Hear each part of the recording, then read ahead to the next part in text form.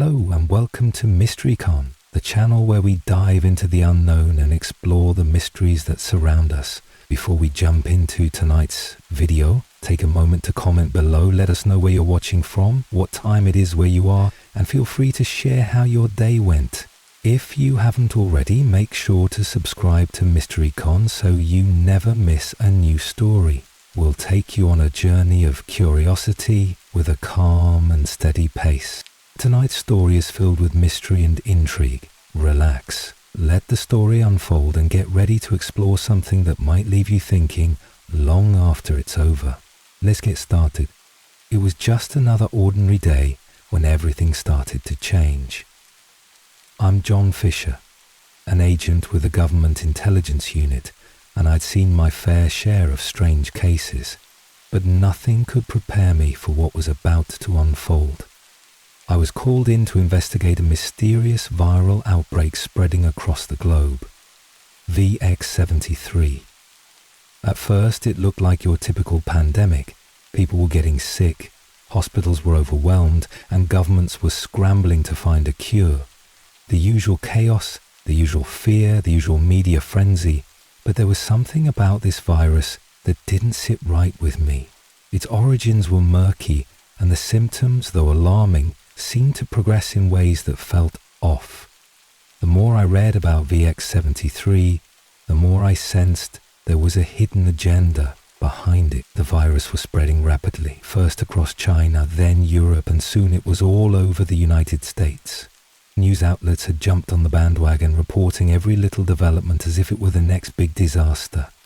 People were quarantined, economies were crumbling, and nations were on the brink of panic. Everyone was searching for answers, and the world seemed desperate for a solution.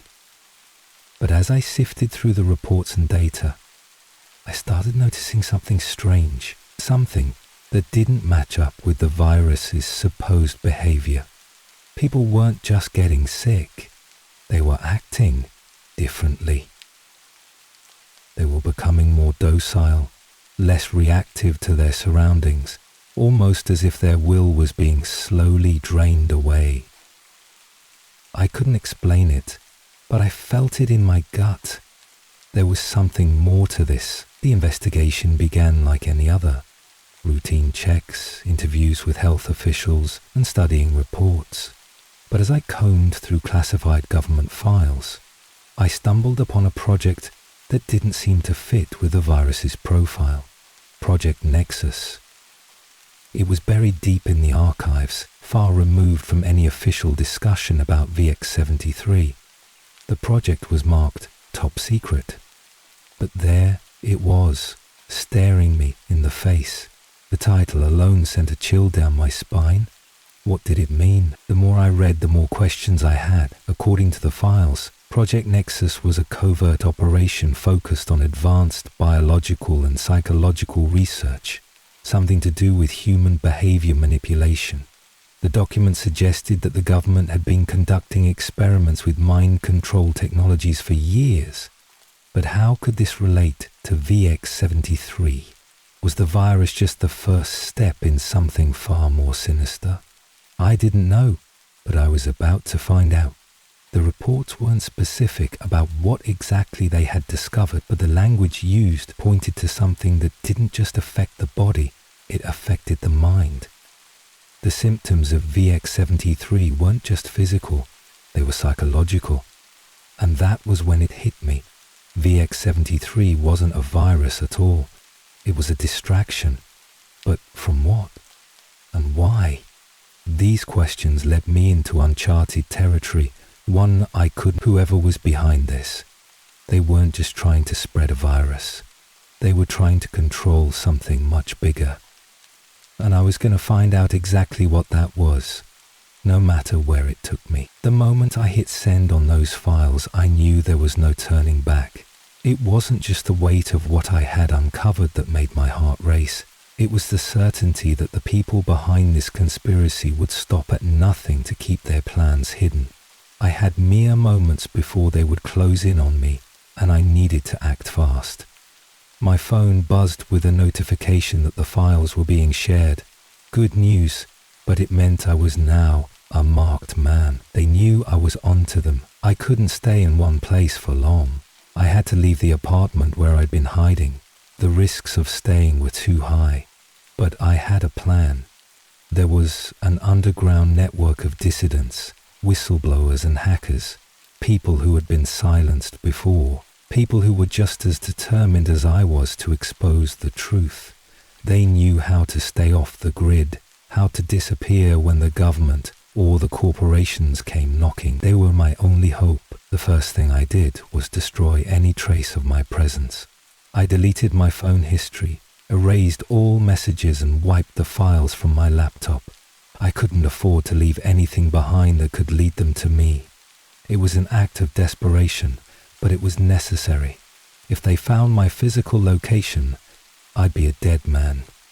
I needed to disappear. I made my way to the underground contact point, a safe house in an abandoned building on the outskirts of the city. I had to be cautious. If the government had already tracked my every move, there was no telling how close they were. Every corner I turned, every person I passed, felt like a potential threat. Was it a coincidence? Or was I being watched? When I finally arrived, I was greeted by an old contact, Ethan. He had helped me with past investigations, and though he didn't know the full scope of what I'd uncovered, he knew enough to understand the gravity of the situation. "We need to move fast," I said, my voice low. "They're on to me. They'll be here soon." Ethan didn't ask questions, he just nodded and got to work. Within minutes, we had arranged a plan to get me out of the country. It wasn't safe to stay in the city, not anymore. I needed to disappear, to find a place where I could lay low until the files I sent out hit the news. The world had to know what was happening. But I also knew that it wasn't going to be easy.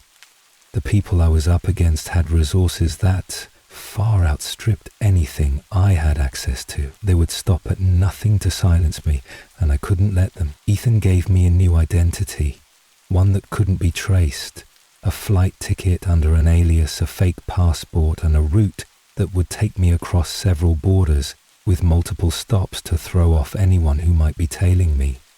My heart pounded as I looked at the plan, knowing that the next few hours were critical. If anything went wrong, it could be the end. But as I stood there, looking over the escape route, I felt a pang of doubt. Would the truth really get out? Would people believe it? Or would I just become another footnote in history? Someone who uncovered a dark secret, but paid the ultimate price for it. "Don't worry," Ethan said as if reading my thoughts. "You've done the hard part. Now we just get you to safety." I nodded, though I wasn't sure if the doubt in my heart would ever go away. The fight was far from over. The world hadn't seen the full extent of what was happening. The vaccine, the nanobots, the control mechanism, these were just the first steps in a much larger plan. The conspiracy wasn't over yet. I had one chance to escape, one chance to survive, but no matter what happened next, I knew I couldn't stop now. The truth was too important, and I had already come too far to turn back. The hours seemed to blur together as I followed Ethan's instructions to the letter. We had prepared for this moment, knowing that my escape had to be quick, calculated, and precise. The truth about VX-73 and the mind control nanobots was finally in the hands of the world. But that didn't mean I was safe.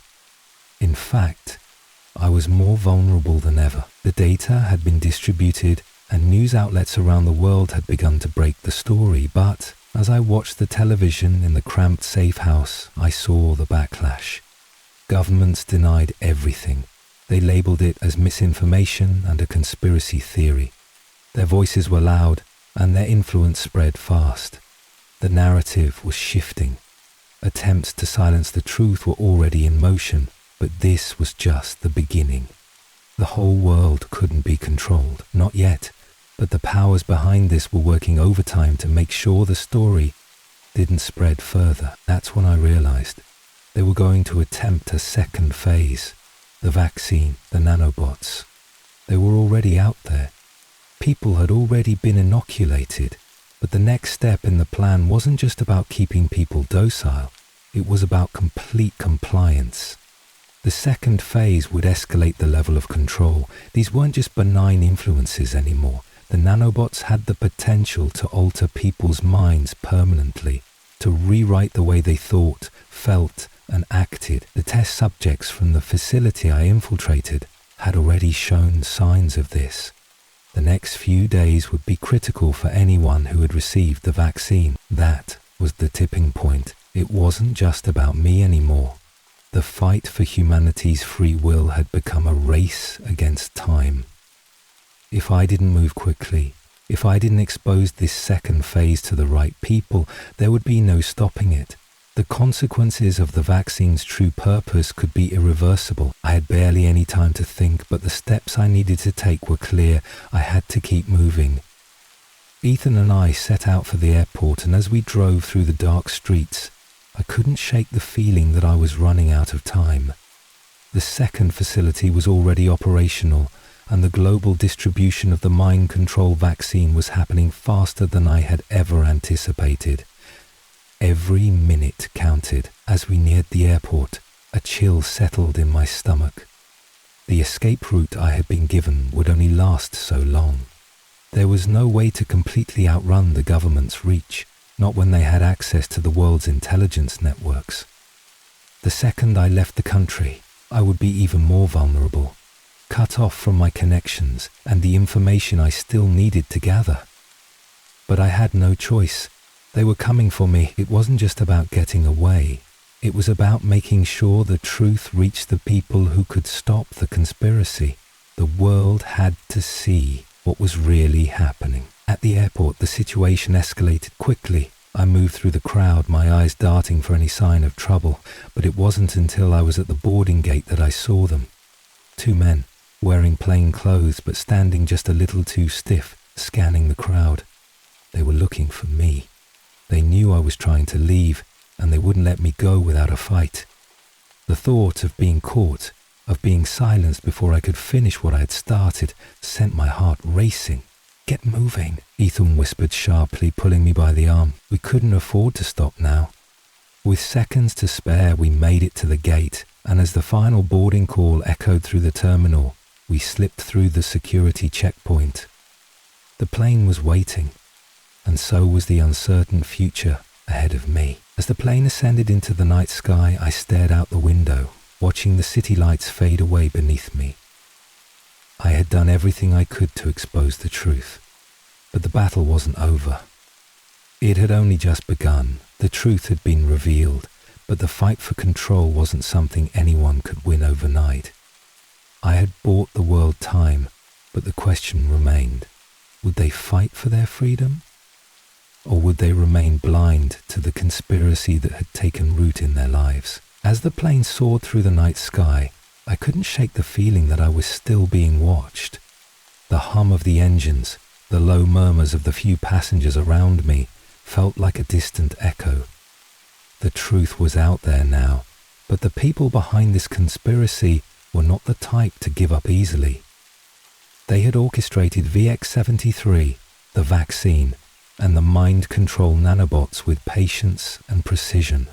They were used to staying in the shadows, pulling strings from behind the scenes, but now they knew I had uncovered their plan, and that made me their biggest threat. I wasn't sure where I was heading yet, but I knew I couldn't keep running forever. I had to confront the mastermind behind it all, the one who had set this entire operation into motion. Who was the person pulling the strings? Who had the power to manipulate governments, corporations, and entire populations? My mind kept returning to Project Nexus, the classified documents I'd found, the hidden lab where the nanobots were developed. Everything I had learned pointed to one thing. The true mastermind had to be someone in a position of absolute power. A few hours into the flight, my phone buzzed. A message from an encrypted source. I knew the risks of using any form of communication, but this one was different. It was a warning. They know you're on the move. Get to, we'll be waiting. The message came from an ally I had met through the underground network. It wasn't much, but it was enough. They had a plan, a way to bring down the mastermind. As I read the message, I realized I couldn't do this alone. The world had to be prepared for the battle that was coming. I had already exposed the truth, but the forces behind the conspiracy were too powerful. They had the means to silence anyone who stood in their way. They had already tried once with Sarah. Who else had they corrupted? The flight finally landed, and I made my way through the city to the rendezvous point. The location was an old, abandoned building, once a government facility, now a shell of its former self. It felt like a ghost town, but I could tell I wasn't the only one who had been led here. The others were already inside waiting for me. The moment I stepped through the door, I felt it. The tension, the sense that everything was about to change. There, in the dimly lit room, stood the mastermind I had been searching for. The man was tall, wearing a dark suit, his face calm and controlled. He was the one behind it all. The one who had orchestrated VX-73, the nanobots and the vaccine rollout. He had the eyes of a man who believed he was untouchable. His name was William Hayden, a high-ranking government official with ties to the global elite. But his power was far greater than anything I could have imagined. He wasn't just part of the government. He was the puppet master, pulling strings and manipulating the world in ways that were beyond anyone's comprehension. "You've come far, Fisher," Hayden said, his voice smooth like he was speaking to an old friend. "But you've been chasing shadows. This is bigger than you can understand." I wasn't sure how much of that was true, but one thing was clear. Hayden had been running this operation for years. He was the one who had orchestrated Project Nexus, the mind control experiments, the global vaccine distribution, and now, the second phase. The world wasn't just on the verge of losing its autonomy, it had already lost it. The nanobots in the vaccine had done their job. They had slowly altered the course of humanity, and Hayden was the one who had guided it all. "You're too late," Hayden continued, his smile cold. "The vaccine has already done its work. The world is already changing. There's no turning back now." He was right in a way. The vaccine had already altered millions of lives, and the second phase was well on its way. People who had received the vaccine were already beginning to change. Slowly but steadily, their wills were being replaced by something else, something that would make them more compliant, more willing to follow orders without question. But that wasn't going to stop me. It couldn't. I had come too far, and I wasn't about to let Hayden win.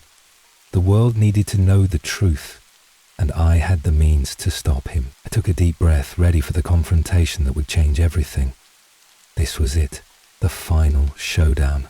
I had come here to expose Hayden, to stop the second phase of the conspiracy, and to ensure the world wasn't doomed to live under the control of a few powerful individuals. As the plane soared through the night sky, I couldn't shake the feeling that I was still being watched.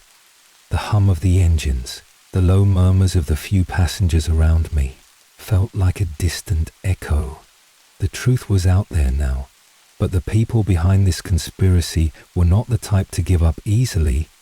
They had orchestrated VX-73, the vaccine, and the mind control nanobots with patience and precision. They were used to staying in the shadows, pulling strings from behind the scenes, but now they knew I had uncovered their plan, and that made me their biggest threat. I wasn't sure where I was heading yet, but I knew I couldn't keep running forever. I had to confront the mastermind behind it all, the one who had set this entire operation into motion. Who was the person pulling the strings? Who had the power to manipulate governments, corporations, and entire populations? My mind kept returning to Project Nexus, the classified documents I'd found, the hidden lab where the nanobots were developed. Everything I had learned pointed to one thing. The true mastermind had to be someone in a position of absolute power. A few hours into the flight, my phone buzzed. a message from an encrypted source. I knew the risks of using any form of communication, but this one was different. It was a warning. They know you're on the move. Get to, we'll be waiting. The message came from an ally I'd met through the underground network. It wasn't much, but it was enough. They had a plan, a way to bring down the mastermind. As I read the message, I realized I couldn't do this alone. The world had to be prepared for the battle that was coming. I had already exposed the truth, but the forces behind the conspiracy were too powerful. They had the means to silence anyone who stood in their way. They had already tried once with Sarah. Who else had they corrupted? The flight finally landed, and I made my way through the city to the rendezvous point. The location was an old abandoned building, once a government facility, now a shell of its former self. It felt like a ghost town, but I could tell I wasn't the only one who had been led here. The others were already inside, waiting for me. The moment I stepped through the door, I felt it. The tension, the sense that everything was about to change. There, in the dimly lit room, stood the mastermind I had been searching for. The man was tall, wearing a dark suit, his face calm and controlled. He was the one behind it all, the one who had orchestrated VX-73, the nanobots, and the vaccine rollout. He had the eyes of a man who believed he was untouchable. His name was William Hayden, a high-ranking government official with ties to the global elite. But his power was far greater than anything I could have imagined. He wasn't just part of the government. He was the puppet master, pulling strings and manipulating the world in ways that were beyond anyone's comprehension. "You've come far, Fisher," Hayden said, his voice smooth, like he was speaking to an old friend. "But you've been chasing shadows. This is bigger than you can understand." I wasn't sure how much of that was true, but one thing was clear. Hayden had been running this operation for years. He was the one who had orchestrated Project Nexus, the mind control experiments, the global vaccine distribution, and now the second phase. The world wasn't just on the verge of losing its autonomy, it had already lost it. The nanobots in the vaccine had done their job. They had slowly altered the course of humanity, and Hayden was the one who had guided it all. "You're too late," Hayden continued, his smile cold. "The vaccine has already done its work. The world is already changing. There's no turning back now." He was right, in a way. The vaccine had already altered millions of lives, and the second phase was well on its way. People who had received the vaccine were already beginning to change. Slowly, but steadily, their wills were being replaced by something else.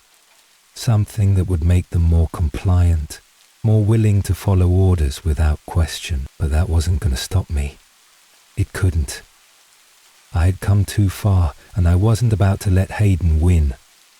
The world needed to know the truth, and I had the means to stop him. I took a deep breath, ready for the confrontation that would change everything. This was it, the final showdown. I had come here to expose Hayden, to stop the second phase of the conspiracy, and to ensure the world wasn't doomed to live under the control of a few powerful individuals. The tension in the room was thick, like a storm about to break.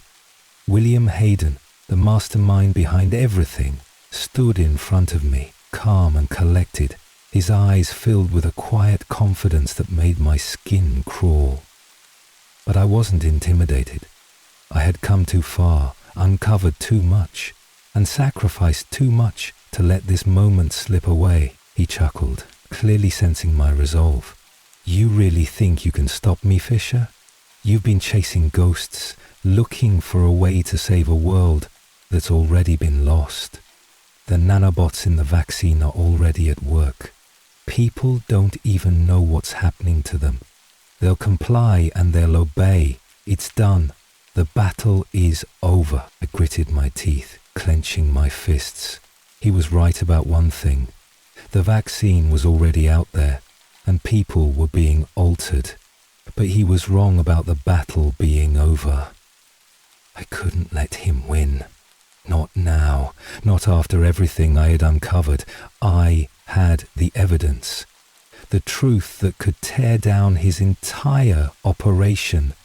I had the power to expose him to the world. I'm not finished yet, I said through gritted teeth. You haven't won. In that instant, I knew what I had to do. Hayden had underestimated the one thing he couldn't control, my will to fight. I reached into my pocket, my fingers brushing against the device I had hidden there for just this moment. The device was simple, an old-school burner phone that I had set up to send out the final batch of documents and recordings to every media outlet, every government agency that could help bring this madness to light. Hayden's eyes narrowed as he saw what I was doing.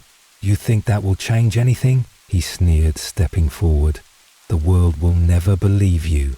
The truth will be buried and your efforts will be in vain. But I didn't flinch. I hit the button and within seconds, the data was out of my hands, racing across the internet, ready to be seen by the world. The truth was exposed and there was no going back. Hayden's expression faltered, just for a second. Then his anger flared. You fool, he spat. Do you think they'll just let you expose me? Do you think you can stop the machine now?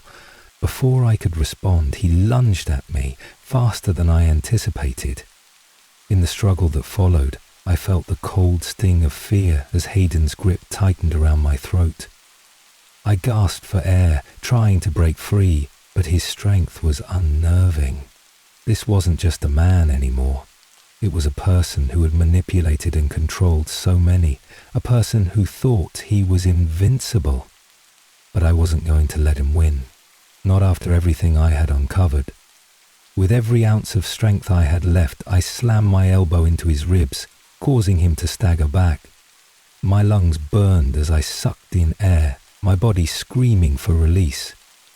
Hayden was momentarily disoriented, and that was all I needed. I tackled him, knocking him to the ground, and in the struggle, I found the one thing I needed, the truth. I grabbed the vial of nanobots that had been sitting on a table nearby, one of the last remnants of his sick experiments. It was the final proof of everything, proof that these nanobots had been created to control minds, to erase free will. Hayden's own creation, the very thing that had started this nightmare, was now within my grasp. With one swift motion, I held the vial in front of him. This is your legacy, Hayden. This is what you were trying to do to the world. He sneered up at me, but there was something else in his eyes now. Fear. For the first time, I saw the cracks in his armor. He had underestimated me, and now he was realizing the consequences of his actions. You won't get away with this, he hissed. But I knew the truth was already out. It was too late for him to stop it. With the evidence in hand and Hayden's plan exposed, I stood up, my breath ragged, my body aching. The battle wasn't over, but I had won the first victory. The truth was out. The world would see what had been done to them. But as I walked away from Hayden, I knew this was just the beginning of something much bigger. The real fight for freedom was yet to come. It's hard to describe the feeling of knowing the truth is finally out there. The world is waking up, but it's not as easy as I thought it would be. I thought once the documents were exposed, the battle would be over. But the reality of the aftermath hit harder than I could have imagined. The moment the truth about VX-73 and the nanobots hit the media, the world exploded in chaos. News outlets scrambled to cover the story, and social media was flooded with theories, debates, and outrage. The truth was undeniable, but the world's reaction was far from unified. People were scared, terrified of what had been done to them, what might still happen. Governments immediately began damage control, trying to downplay the information, dismissing it as an exaggeration, or labeling it as the work of a rogue agent trying to incite panic. but the data was too solid. The evidence was irrefutable. On the other hand, there were those who didn't believe it. There was a segment of the population, a vocal one, who refused to accept the possibility that they had been manipulated. They rallied against the reports, claiming it was all part of a larger conspiracy to destroy the government. They called me a traitor, a liar, even a terrorist. To them, the narrative they had been told was far easier to accept than the uncomfortable truth of what had been done to them. And then there were the people who were just waking up to the reality of what had happened. It was impossible to ignore the horror in their eyes when they realized that their lives, what they thought were their free choices, had been controlled. The nanobots had already begun their work in millions of people, and the truth that was coming to light was slowly chipping away at the foundation of society itself. Trust in the government, in the system, was shattered. People were questioning everything, their leaders, their health, their autonomy. I watched as protests erupted in major cities across the globe. Some were peaceful, others were violent. People were furious, and rightfully so. They felt betrayed, manipulated, turned into puppets by those they had trusted to keep them safe. The world had been divided before, but this truth, the revelation of mind control on such a vast scale, created an even deeper rift. There was also a growing movement to find those responsible and hold them accountable. Investigations were launched, leaders who had been involved were forced to resign, and in some places, governments were toppled. But I knew this wouldn't be enough. The people responsible for Project Nexus, the ones who had orchestrated the global manipulation, were still out there, pulling strings from the shadows. I couldn't help but feel a deep sense of unease. The truth was out, yes, but the consequences of exposing it were far from over. The aftermath wasn't just about the fallout from a failed conspiracy. It was about rebuilding trust, restoring the autonomy that had been stolen, and holding those responsible accountable. The damage had been done. People's lives had been altered, their minds tampered with, and the scars left by this global experiment would last for generations. I knew the world would never be the same again. It couldn't go back to what it was before, not after everything that had happened. There was no going back from this, no easy resolution. The road ahead would be long, and the fight for freedom wasn't over. But for the first time in a long while, I felt a flicker of hope.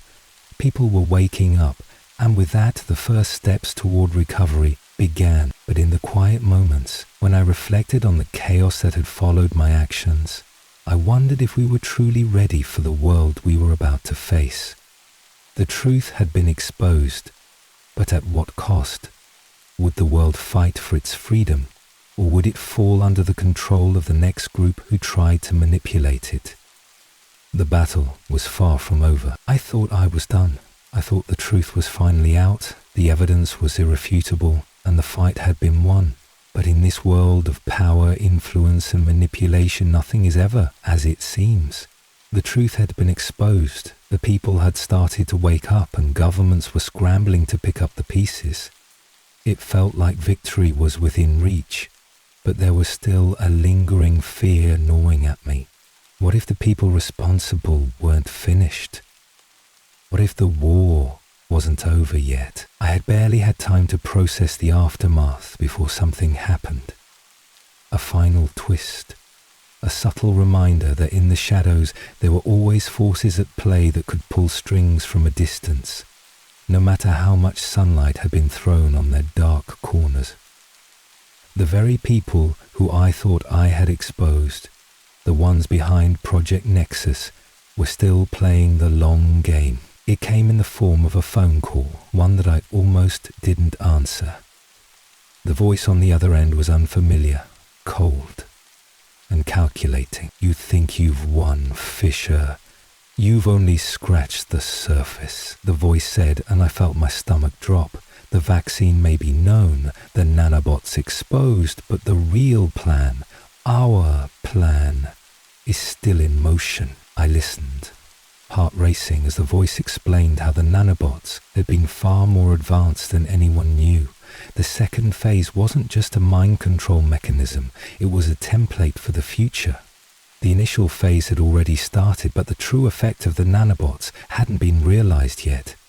They were evolving, adapting to each new environment, each new host, creating new layers of compliance, obedience, and ultimately, control. You see, the voice continued, VX-73 and the nanobots were never about direct control of the mind. It was about creating a collective, a hive mind. You've exposed the first layer, but there are layers yet to come. And we've already moved on. The line went dead before I could ask more questions, before I could even process what had just been said. It was like the rug had been pulled out from under me. The fight was far from over. What I had thought was the final chapter was nothing more than the opening of a much darker story. The nanobots, the vaccine. It was all part of a much larger, more intricate plan to manipulate humanity. An experiment in collective control.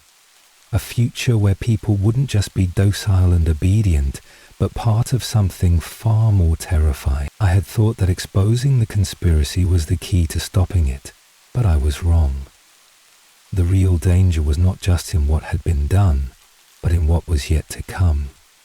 The nanobots were already adapting, finding new ways to manipulate, to control on a larger scale.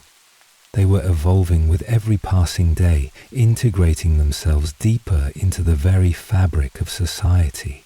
The second phase wasn't just about the individual, it was about creating a collective consciousness where free will was completely erased. The truth had been exposed, yes. The world knew what had happened, but the implications of what had been uncovered were still sinking in. I had thrown a wrench into their plan, but it wasn't enough. The fight wasn't over. And I realized with a sickening clarity that it had only just begun. The people who had orchestrated this were not defeated. They were only evolving, preparing for the next stage, which would be even harder to stop. I had one choice. I could keep running, hide from the growing network that had infiltrated every corner of the world, or I could take a stand. Exposing the truth had only scratched the surface, but I wasn't ready to give up yet. The world wasn't ready to give up yet. It couldn't be, and so with the weight of everything that had happened on my shoulders, I knew one thing for sure. The war for humanity's freedom was far from over. The final twist hadn't been revealed yet, and whatever came next, I had to be ready. The first clue didn't come from an informant or a heroic whistleblower. It came from something far more subtle, the data itself. I'd spent days poring over endless reports and trying to make sense of the chaos, but nothing seemed to add up. The virus was supposed to be highly contagious, easily spreading from person to person through airborne particles. But the infection patterns I was seeing didn't match the usual trajectory of a pandemic. There were strange irregularities in the data. Certain areas seemed untouched by the virus while others were hit unexpectedly hard. A surge in one region would cause cases to spike, and then in the very next region, the virus would inexplicably stop spreading, even when the same conditions applied. This didn't make sense. I started looking deeper. VX-73 was supposedly a rapidly mutating virus. Yet the infection rates in certain countries appeared inconsistent, almost as if someone had manipulated the spread. That's when I found it, an anomaly in the infection pattern, hidden away in the data from smaller, less publicized regions. It was so small you'd almost miss it, but I didn't. This was something that shouldn't have been there, a clue that the virus wasn't spreading in a natural way. I ran the numbers again. They couldn't be right, but they were. I had to follow this lead. But how? That's when the phone rang.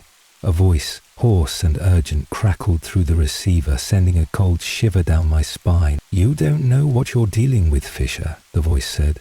VX-73 was never a virus. It's a cover for something much worse. Before I could respond, the line went dead. The words hung in the air, confusing and disturbing. A cover for something much worse? I had 1,000 questions, but no answers. The call could have been a prank, a hoax, but something in the voice made me believe otherwise. I couldn't shake the feeling that I was being watched, that someone was trying to warn me. I pushed forward, but now everything I uncovered felt different. I couldn't trust the official narrative. The government was reporting one thing, but my instincts and the growing pile of evidence suggested another. That's when I started digging into classified archives, trying to connect the dots. There, hidden among hundreds of other documents, was the name I hadn't expected. Project Nexus. The project was barely mentioned, buried in the deepest corners of the files, but its very existence told me that VX-73 wasn't just a virus. It was something much more insidious. It wasn't just biological warfare. Project Nexus was about human control, mind manipulation, psychological warfare, a term I had never associated with this kind of investigation before. I found references to a vaccine being developed alongside VX-73. The vaccine wasn't for the virus, it was for the control of the human mind. They were using VX-73 as a cover for something far worse. Suddenly, everything started to make sense. VX-73 wasn't the virus everyone thought it was just the beginning. The real threat was far more covert. Someone was using the virus as a smokescreen to roll out a mind-altering vaccine, and I had to stop it before it was too late. As I dug deeper into Project Nexus, it became clear that what I was uncovering wasn't just a series of isolated events. It was the beginning of a global agenda. The more I researched, the more I realized the true scale of what I was dealing with. Project Nexus wasn't some fringe conspiracy or a rogue operation. It was backed by some of the highest levels of government, and it had been in the works for years. But the more I uncovered, the more dangerous things became. It wasn't just a secret biological experiment, it was a psychological manipulation program designed to control the behavior of entire populations. I started to understand that VX-73 wasn't the virus. It was merely a cover-up, a way to create chaos and fear, distracting the world while something far darker played out behind the scenes. The vaccine, containing the mind-control nanobots, was being rolled out in stages. First, it would be distributed under the guise of a life-saving cure for VX-73. Then, slowly, it would begin to change people's behavior, making them more compliant, less likely to question the authorities or even resist. It was brilliant, terrifying, and disturbing all at once.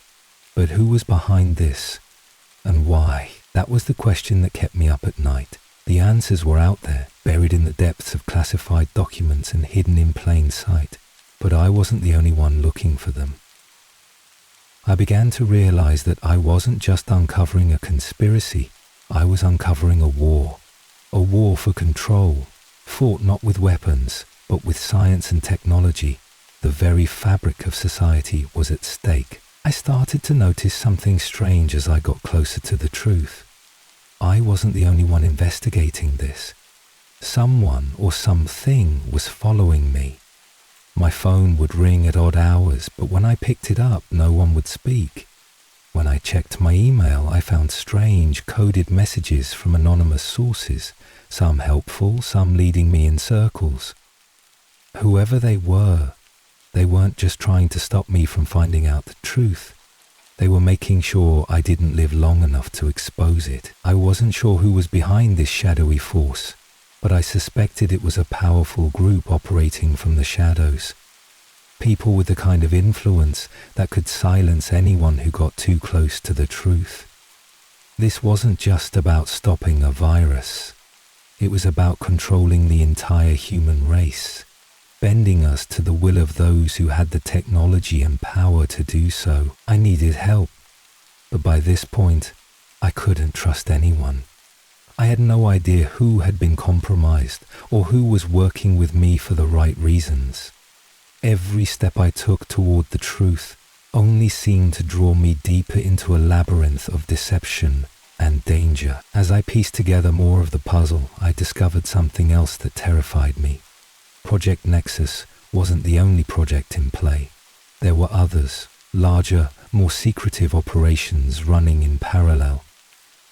VX-73 was just one piece of the larger plan, a plan that had been carefully orchestrated over decades, and the people behind it weren't just after global control. They were after something far more sinister, a way to rewrite human behavior, to control thoughts, to make us nothing more than puppets on a string. I had thought that once I found the truth behind VX-73, everything would fall into place. But the more I uncovered, the more fragmented the puzzle became.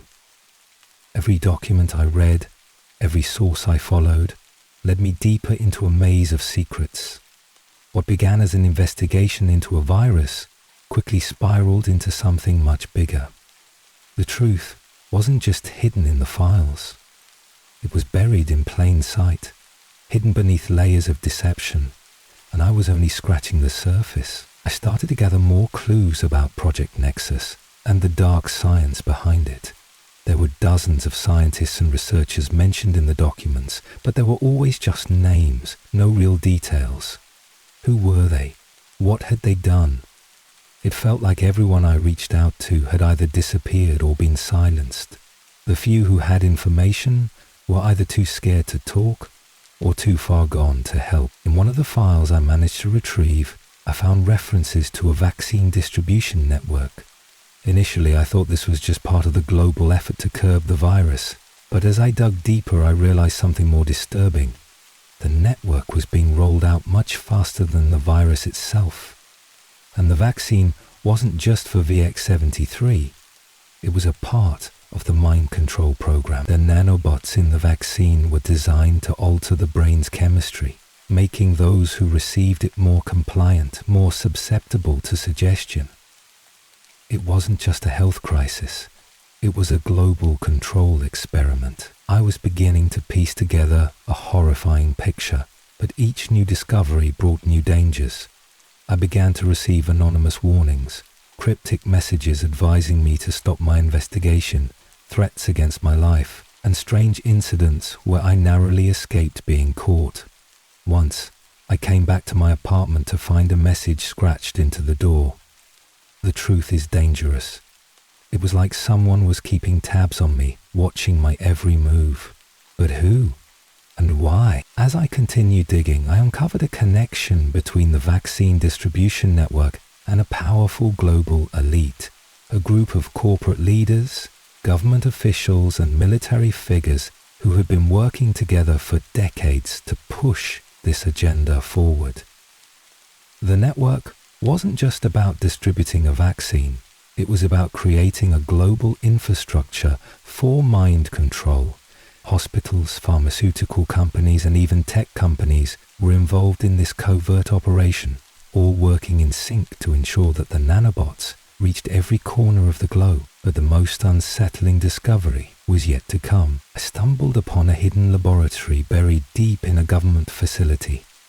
It wasn't on any map, and its existence had been carefully erased from public records. The lab was focused on human trials for the vaccine, testing the effects of the nanobots on willing subjects. I broke into the facility in the dead of night, hoping to find more evidence of what I was up against. What I found was worse than I could have imagined. The trials weren't voluntary. Most of the subjects were unaware they had been injected with the vaccine. The nanobots were being used to control their thoughts, to bend their will to the desires of the project's leaders. I barely escaped the lab with my life, but not without evidence. I now had proof that the nanobots were working. People were being altered at a fundamental level, changing from independent thinkers to mindless followers. It was too much.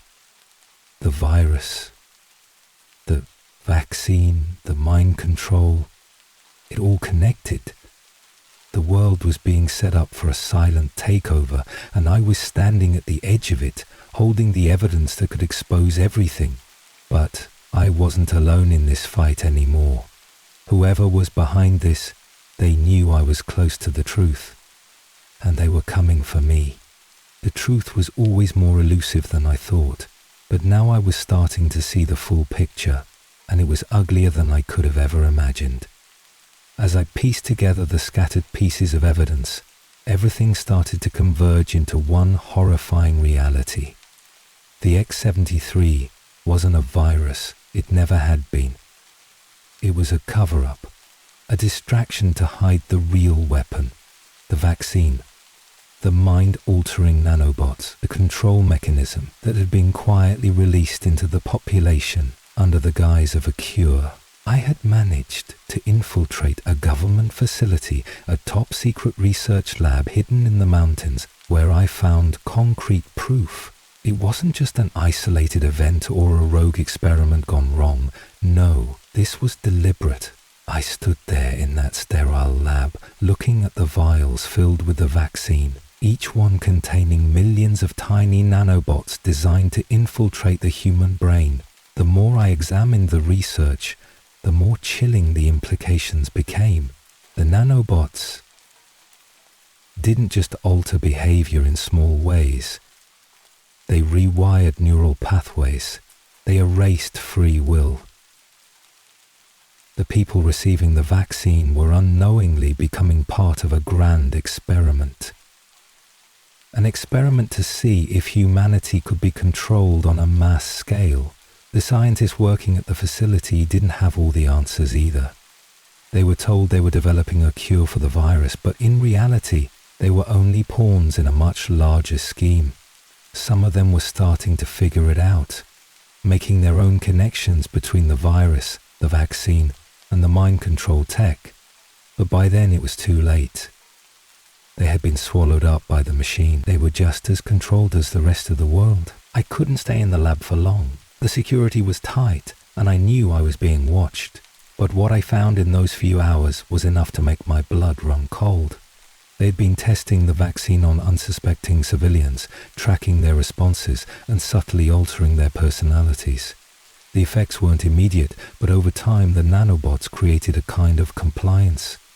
People began to lose their independence, their ability to think critically. It was as if their free will was being erased, replaced with whatever directives the masterminds behind the project chose to implant in their minds. I knew I had to get out of there and expose what I had found. But as I gathered the data, my mind raced with the questions I didn't have answers to. Who was behind this? How far did this go? The vaccine was being rolled out globally, and now I realized the virus wasn't the true threat. It was the vaccine. The world had been unknowingly turned into a giant lab experiment. The experiment was on humanity itself. I made it out of the lab just before the alarm went off. They knew I was there, but I had what I needed. The evidence. Proof that VX-73 wasn't a virus at all. It was just a cover-up for the real agenda. The only question now was whether I could get that information out to the world before the people behind it silenced me for good. As I looked over the files, the full extent of what I had discovered settled in. This wasn't just about saving lives anymore. This was about saving humanity's ability to think for itself. The real battle was just beginning. I thought that after uncovering the truth, I would have a moment to breathe, to process everything that had just happened. But that was a naive hope. The moment I walked out of that lab with the evidence in hand, I felt the weight of my discovery. Heavy, suffocating, and dangerous. The closer I got to the truth, the closer I got to becoming a target. Whoever was behind this operation wasn't going to let someone like me walk away with the evidence, not without trying to stop me. The chase began almost immediately. I thought I had covered my tracks, kept my movements tight, my contact points limited, but I hadn't anticipated how quickly they would react. It wasn't just the government anymore. The people I was dealing with had resources I couldn't fathom. They had eyes everywhere, listening in on every conversation, tracking every movement. Every step I took, felt like it was being watched. At first it was subtle, strange coincidences that made me uneasy. My phone buzzed at odd hours with calls that weren't meant for me. I'd turn a corner and someone would just happen to be walking in the same direction, as if they knew exactly where I was going, but I didn't recognize them. And that's when I realized I was being followed. I started to notice it more. The black SUVs that seemed to be parked outside my apartment every time I came home. The strange faces that didn't belong in the building. People who weren't neighbors, but always seemed to be lurking, watching. They never spoke, but I could feel their eyes on me. Someone was looking for me, and they wouldn't stop until they found me. I knew I couldn't trust anyone. That was the hardest part of this whole ordeal, the isolation. The people I thought I could rely on were either compromised or simply gone. Colleagues I had worked with for years, people I once trusted, had disappeared. It didn't take long to realize that they weren't just missing, they were part of the system. And that made me question everything. Every phone call, every email, every meeting now felt like a potential setup. One night as I was walking to my car, I saw the first real sign that they were closing in. A man I didn't recognize approached me on the street. He was tall, dark hair, with an expression that was too calm for my liking. He didn't look like a typical government agent. No badge, no gun, just a man with a cold, calculating look in his eyes. "I think you found something you weren't supposed to, Fisher," he said, his voice almost too smooth, too rehearsed. I didn't reply, didn't have time to. Before I could move, he grabbed my arm, tight, unyielding. My heart raced as I fought to break free. The man wasn't alone. Another one stepped out from the shadows, blocking my exit. The air felt thick with tension, but I couldn't let them take me. I had to keep moving, keep digging, keep getting the truth out. I knew that if I stopped now, everything I had uncovered, everything the world needed to know, would be buried forever. With a swift motion, I broke free, throwing a punch that connected with the first man's face. He staggered back, but not enough to stop me. I ran, ignoring the pain in my side, pushing myself faster than I thought possible. I wasn't sure who I was running from anymore. Was it the government? Was it someone worse? But all that mattered was survival. I couldn't let them silence me. Not yet. Not before the world knew the truth. I didn't know how much longer I could keep this up, but I wasn't going to stop. I couldn't afford to. There was too much at stake, and the deeper I went into the heart of this conspiracy, the more I realized that I was fighting not just for my life, but for the future of humanity itself. I've always been cautious about trusting people, especially in situations like this. But there was a part of me that hoped I wasn't alone in this fight. Hoped that maybe, just maybe, there was someone out there who hadn't been compromised. Someone who still believed in the truth. And that's when Sarah entered the picture. Sarah was a fellow investigator, someone I had worked with before. She had a sharp mind, always asking the right questions, and her instincts were solid. When I started to feel the walls closing in, I reached out to her. At first, she seemed just as shocked as I was by everything I uncovered about VX-73 and the mind control experiments. We shared information, and I thought for a moment that we were on the same team, but that illusion didn't last long. The first red flag came when I asked her for help in accessing a hidden database that might have the missing pieces of the puzzle. She hesitated, saying she needed some time to process everything. Then, when I pressed her again, she insisted I wait. It wasn't like her to be so cautious, so slow. Something was off. I chalked it up to stress. After all, who wouldn't be on edge after discovering a mind control conspiracy of this magnitude? But soon, the signs were impossible to ignore. Sarah started to pull away. She'd avoid my calls or brush off my questions. When I pressed her about the database, she acted strangely, defensive, even angry. It didn't take long for me to realize that something was terribly wrong. I tried to meet her in person, but she'd always have an excuse or she'd cancel at the last minute. That's when I found the truth. A phone call, one I'll never forget. I'd been investigating one of the government officials connected to Project Nexus when I overheard a conversation between Sarah and one of them. It was clear as day. She was working with them. She had been compromised. Probably from the very beginning. I felt like I had been punched in the stomach. The one person I thought I could trust was the very person who was betraying me. Sarah wasn't just a bystander. She was an active participant. She was working for the people behind the conspiracy, and I was nothing more than a pawn in her game. The betrayal stung deeply. I had never thought of Sarah as anything other than a colleague and a friend. She had always been there, always had my back, or so I thought. But now I saw her for what she truly was, a part of the machine that was trying to control everything, to manipulate the truth, to keep the world in the dark. I tried to confront her, but she was already one step ahead. She had prepared for this moment, and when I met her in person, she came at me with a different agenda. The conversation quickly turned cold as she tried to convince me to stop. "You don't understand, Fisher," she said. "You're playing a dangerous game. They'll kill you for this." I wanted to believe there was still some good in her, some shred of the person I thought I knew, but the longer she spoke, the clearer it became. She was far too deep into this. She tried to persuade me to let go of the investigation, to join them, to stay silent and live. But there was no turning back for me. I had already seen too much. I couldn't unsee what was happening. In the end, it wasn't the government's agents who forced me into hiding. It was Sarah.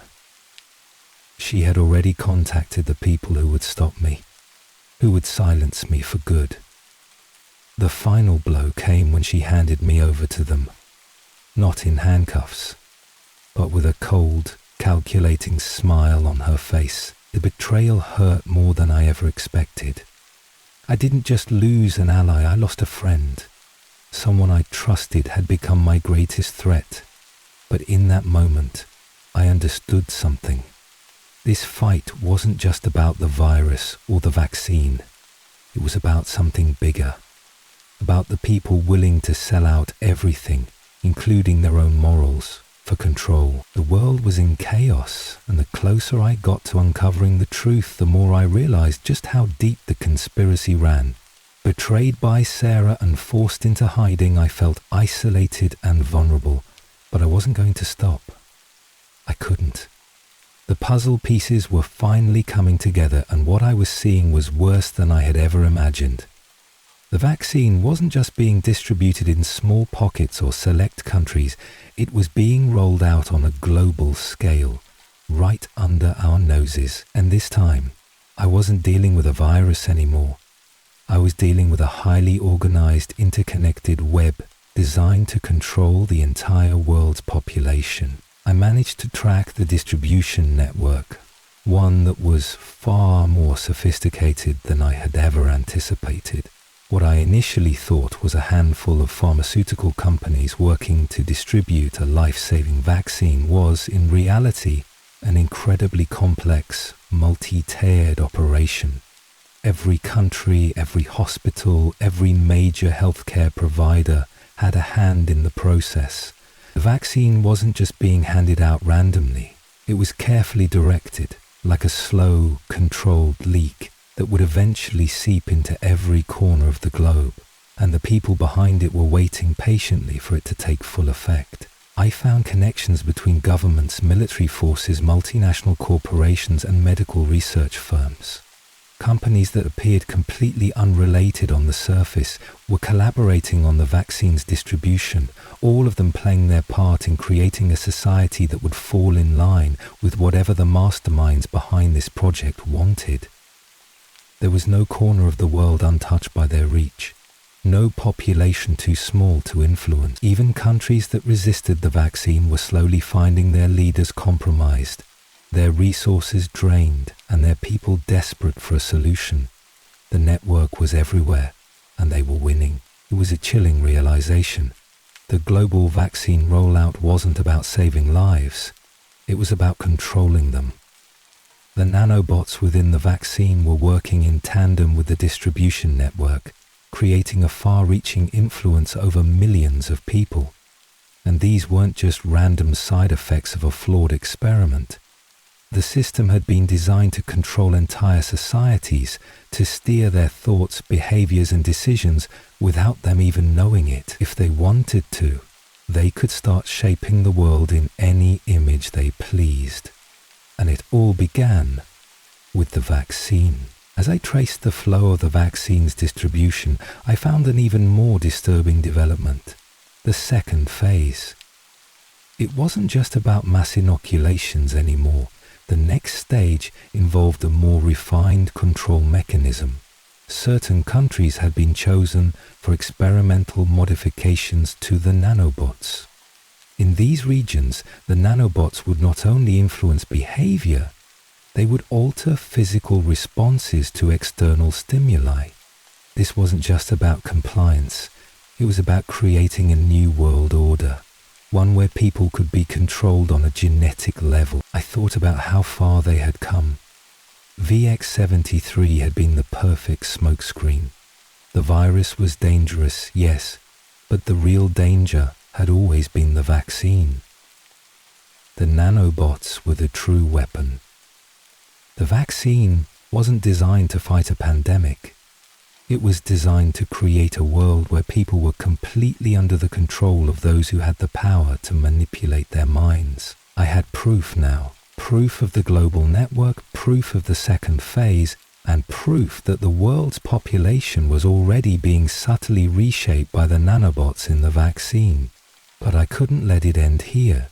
The real challenge lay ahead. How could I expose this vast conspiracy when the people behind it had already infiltrated every level of power and influence? I was getting closer to the truth, but with every step forward the danger grew exponentially.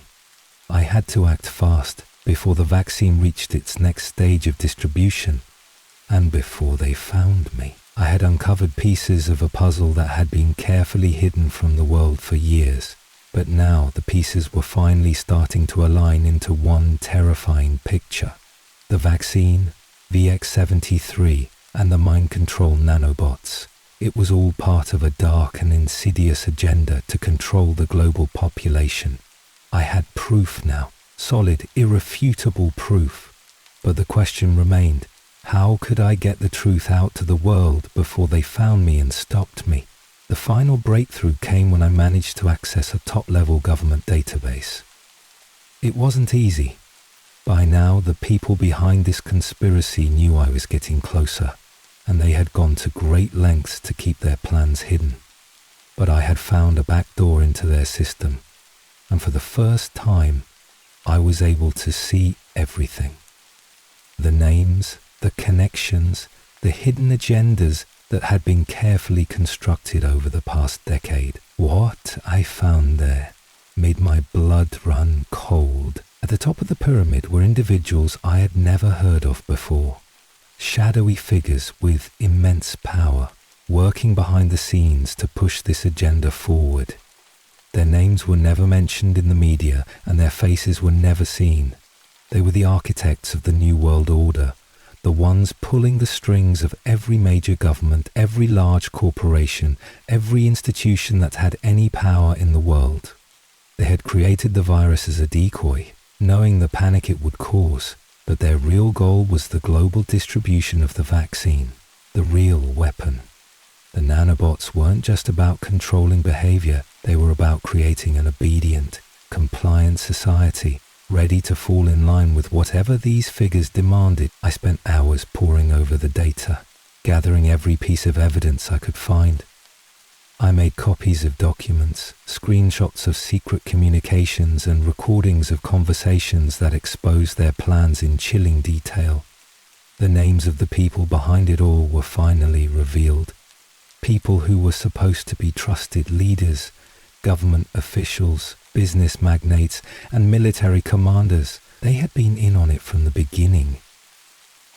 VX-73 had been their cover story, their smokescreen to distract the world while they put their real plan into motion. But what really shook me was the scale of it all. This wasn't just about controlling a few nations. It was about controlling the entire world.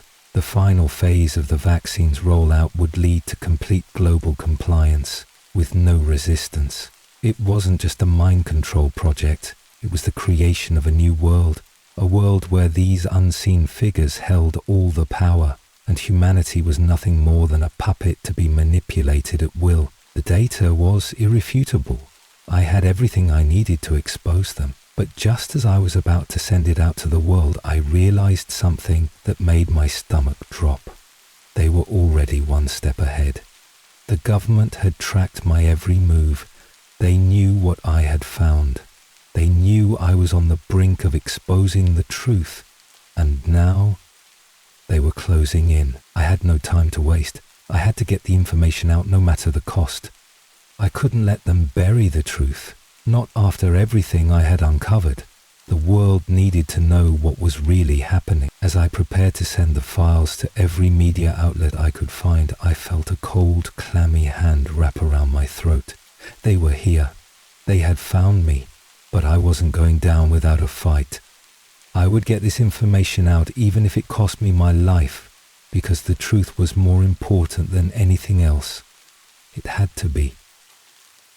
I had never imagined that a routine archaeological expedition could change my life, but when I first stepped foot on the frozen expanse of Antarctica, something inside me clicked. I could feel the weight of history pressing down on this barren land. An almost eerie silence hanging in the air as my team set up camp. We were a part of the annual expedition sponsored by an esteemed research institute, tasked with mapping and studying the ice formations across the continent. I had been assigned to analyze core samples of ice, as usual, standard work for someone like me, but this time, something felt different. It was the sudden discovery that shook us to the core. One morning, as I ventured a little farther from camp with a colleague, David, to check on some remote sensors, we found it. A faint glimmer beneath the snow, something far too angular and deliberate to be a natural formation. We dug around it, curiosity rising, until we uncovered a flat, metallic surface covered in strange markings. It wasn't the kind of object you'd expect to find in the middle of a place like Antarctica. The surface had been buried under meters of ice, and it wasn't shaped like any artifact I had ever seen before. We thought it was some kind of odd metallic relic, maybe an old piece of military equipment from a long-forgotten era. That would have been strange enough, but nothing compared to the shock we experienced when we found that it wasn't just a chunk of metal. It was a fully formed object. A small, intricate piece of machinery with symbols etched all over it that no one could immediately recognize. The object appeared to be some kind of blueprint, but not for anything simple or familiar. This was far more advanced, far beyond anything humanity had ever seen. And it was old, terrifyingly old. We took it back to camp, where I immediately began examining it more closely. My mind raced as I tried to figure out what I was looking at. The surface was covered in layers of frost, but beneath that, the craftsmanship was unmistakable. It didn't resemble any known technology from any civilization I knew. The markings, too, were unlike anything I had seen in the textbooks. Completely alien, the designs seemed to glow faintly under the right conditions, as though the artifact itself was alive, breathing in the cold air of the South Pole. It felt almost as though it was waiting for us to discover it. As the days passed, I noticed more and more strange things about the artifact. It didn't make sense. None of it made sense. The more I looked at the symbols, the more I felt like I was being drawn into something much larger, something far more significant than I had ever anticipated. The initial curiosity of a scientist turned into something much darker. a sense of urgency. We had to know what this was, but with that urgency came a growing unease. I began to realize that this discovery was far from just a breakthrough in archaeology. This was something the world wasn't ready for. David, always the skeptic, tried to brush it off as a historical anomaly, but I could sense the shift in him too. He was uneasy, as if he knew that whatever was happening here was no accident. I couldn't shake the feeling that there was something hidden beneath the surface, something much more important than we realized. We weren't the first ones to discover this. The thought hit me like a freight train. What if we weren't meant to find it at all? The next morning we woke up to a strange sight. Our camp had been tampered with, the equipment was moved, and it was clear that someone, or something, had been there overnight. As I stared out across the endless white expanse of snow, I could almost feel eyes on me. Something bigger was at play here. The artifact was just the beginning, and now we were at the center of something far more dangerous than I had ever imagined. The machine roared to life with an intensity I had never imagined. The room shook with the force of the power surging through it. The glowing conduits flickered violently, and the air grew thick with a crackling energy that hummed in my bones. I could feel it. The weight of the artifact's power, the sheer force that it wielded, and the cold realization that we had set something unstoppable in motion. "We can't let this happen," Lara shouted, her voice cutting through the chaos. Her fingers flew over the console, desperately trying to decipher the complex system of switches and levers in front of her. "If we don't shut it down now, the entire system will collapse, and when it does, the entire timeline could fracture. We won't be able to control it." Michael was pacing, his eyes darting nervously toward the door. "They're getting closer. We don't have much time. We need to stop this. Now." The footsteps echoed louder, each thud sounding like a death knell. They were coming for us, and they weren't going to stop until the machine was theirs. We couldn't let that happen. Not after everything we'd uncovered. I looked around the room, trying to think through the madness. Every second counted, and yet everything felt like it was happening in slow motion. The artifact, the machine, it was all connected, and we were standing at the precipice of something beyond our understanding. If the wrong hands got control of it, the world as we knew it could be gone. "How do we stop this?" I asked, my voice tight with panic. Lara, her face a mixture of terror and determination, turned to me.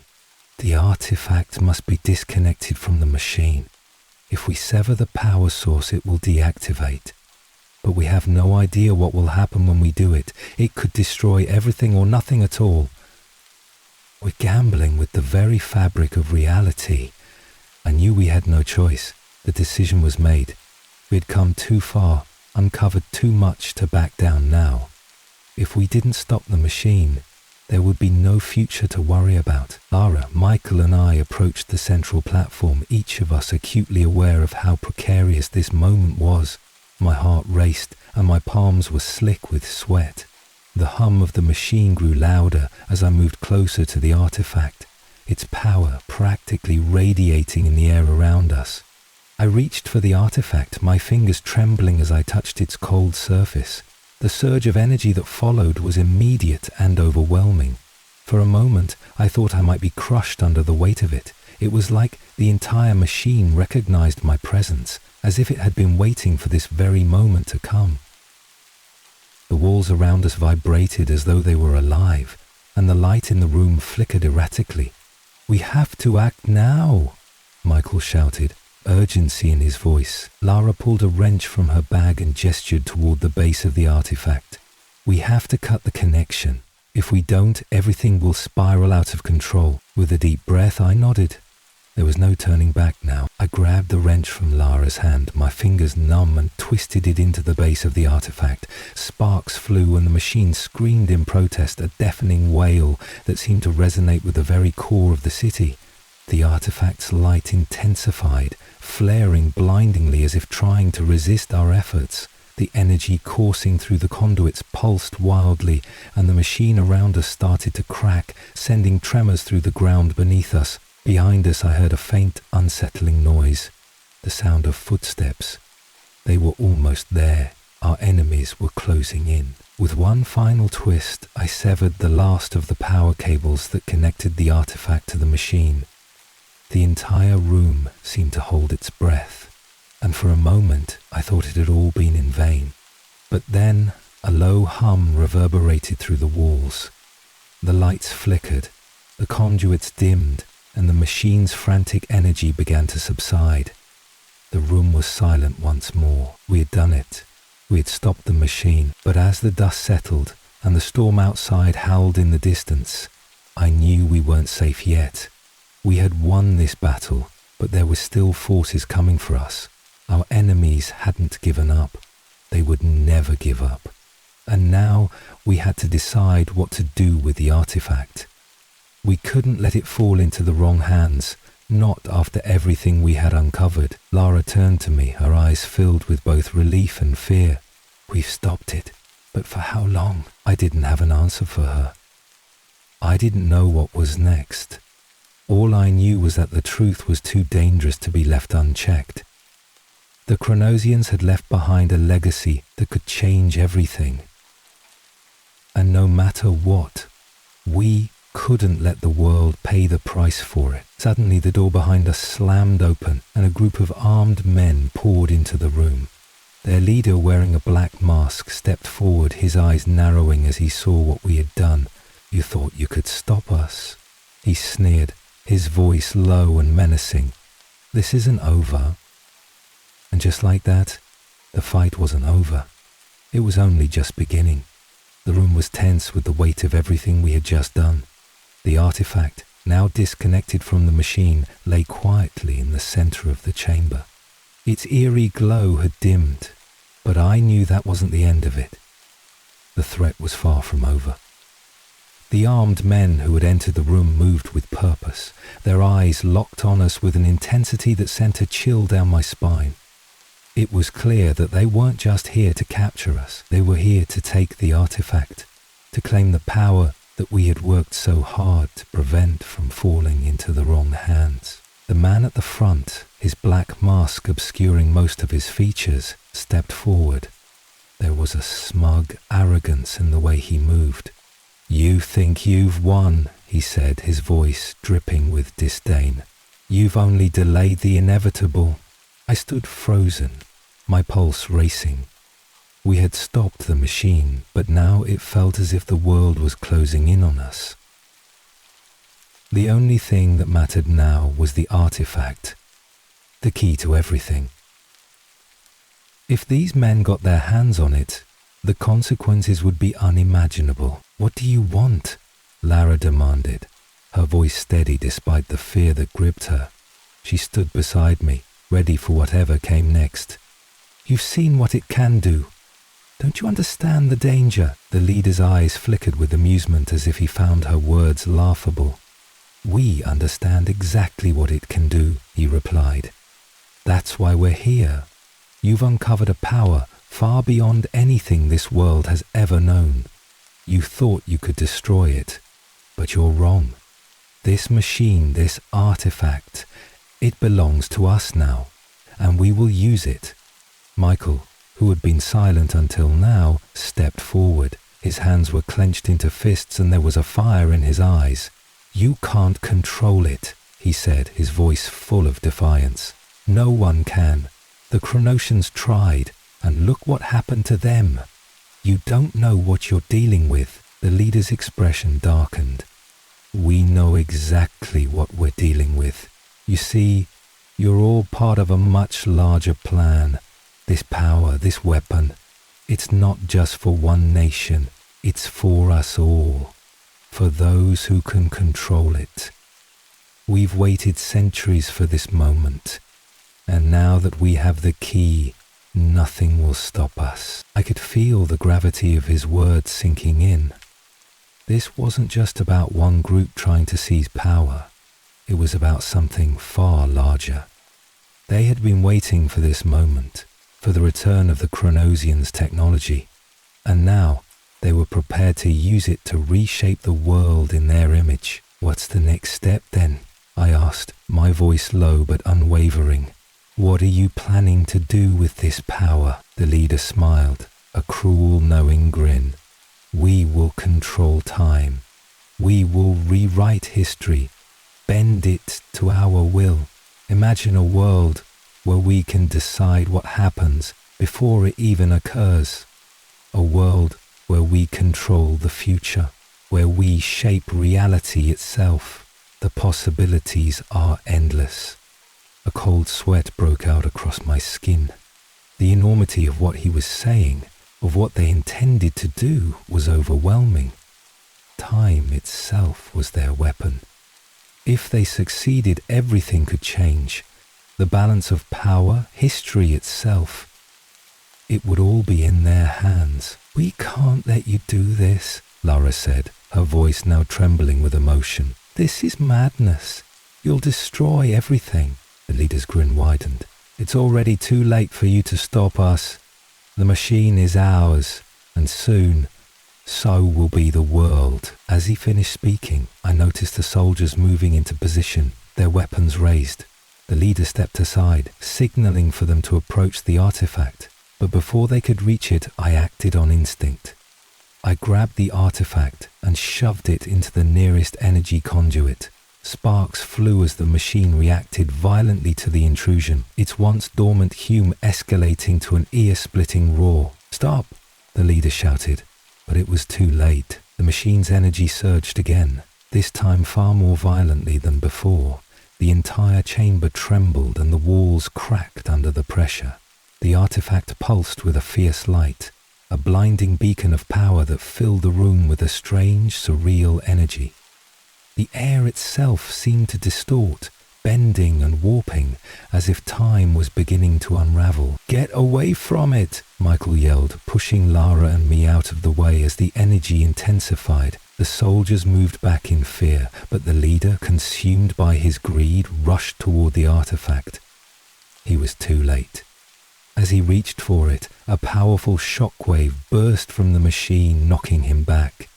The force of it sent the soldiers flying, and the entire chamber collapsed into chaos. For a moment, everything went silent. The room was engulfed in a glowing light, and the world seemed to shift in place, as if time itself had been altered. The artifact had become a force of nature, far more powerful than any of us could comprehend. I stood, breathless, staring at the chaos unfolding before me. The leader's body was lying motionless on the ground, and his men were scattered across the room, unconscious or injured. The machine had responded to the disruption, and now it was in full effect. Time was unraveling. "Is it over?" Lara whispered, her voice barely audible. I couldn't answer her. What had we done? Had we destroyed it?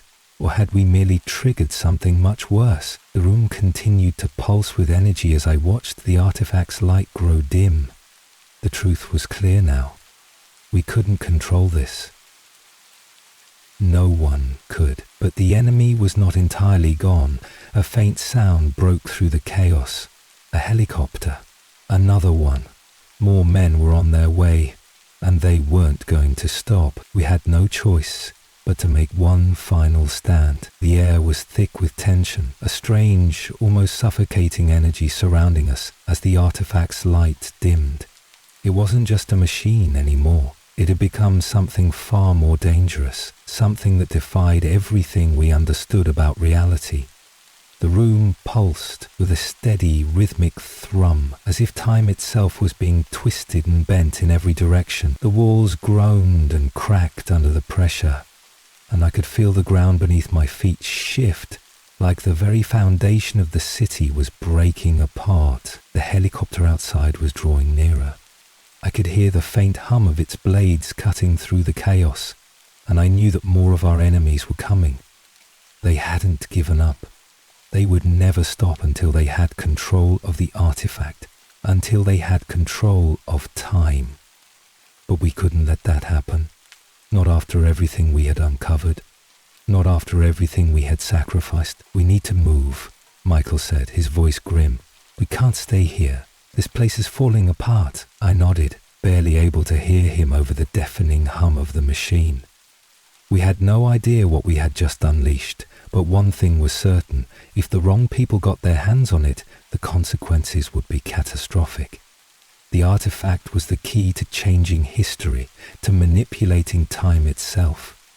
And we had just triggered it. Bara was already moving, her eyes scanning the room as if trying to find an escape route. The exit is this way, she said, pointing to a narrow corridor we hadn't yet explored. But as we started to move toward the exit, the ground shook beneath us. It was more than just a tremor. It felt as if the city itself was breaking apart, its foundations cracking under the strain of the machine's power. The walls of the chamber started to crumble, and I could see the sky above us shifting in unnatural patterns, like the fabric of time itself was being torn apart. I stumbled, trying to regain my balance, but the energy in the room was too overwhelming.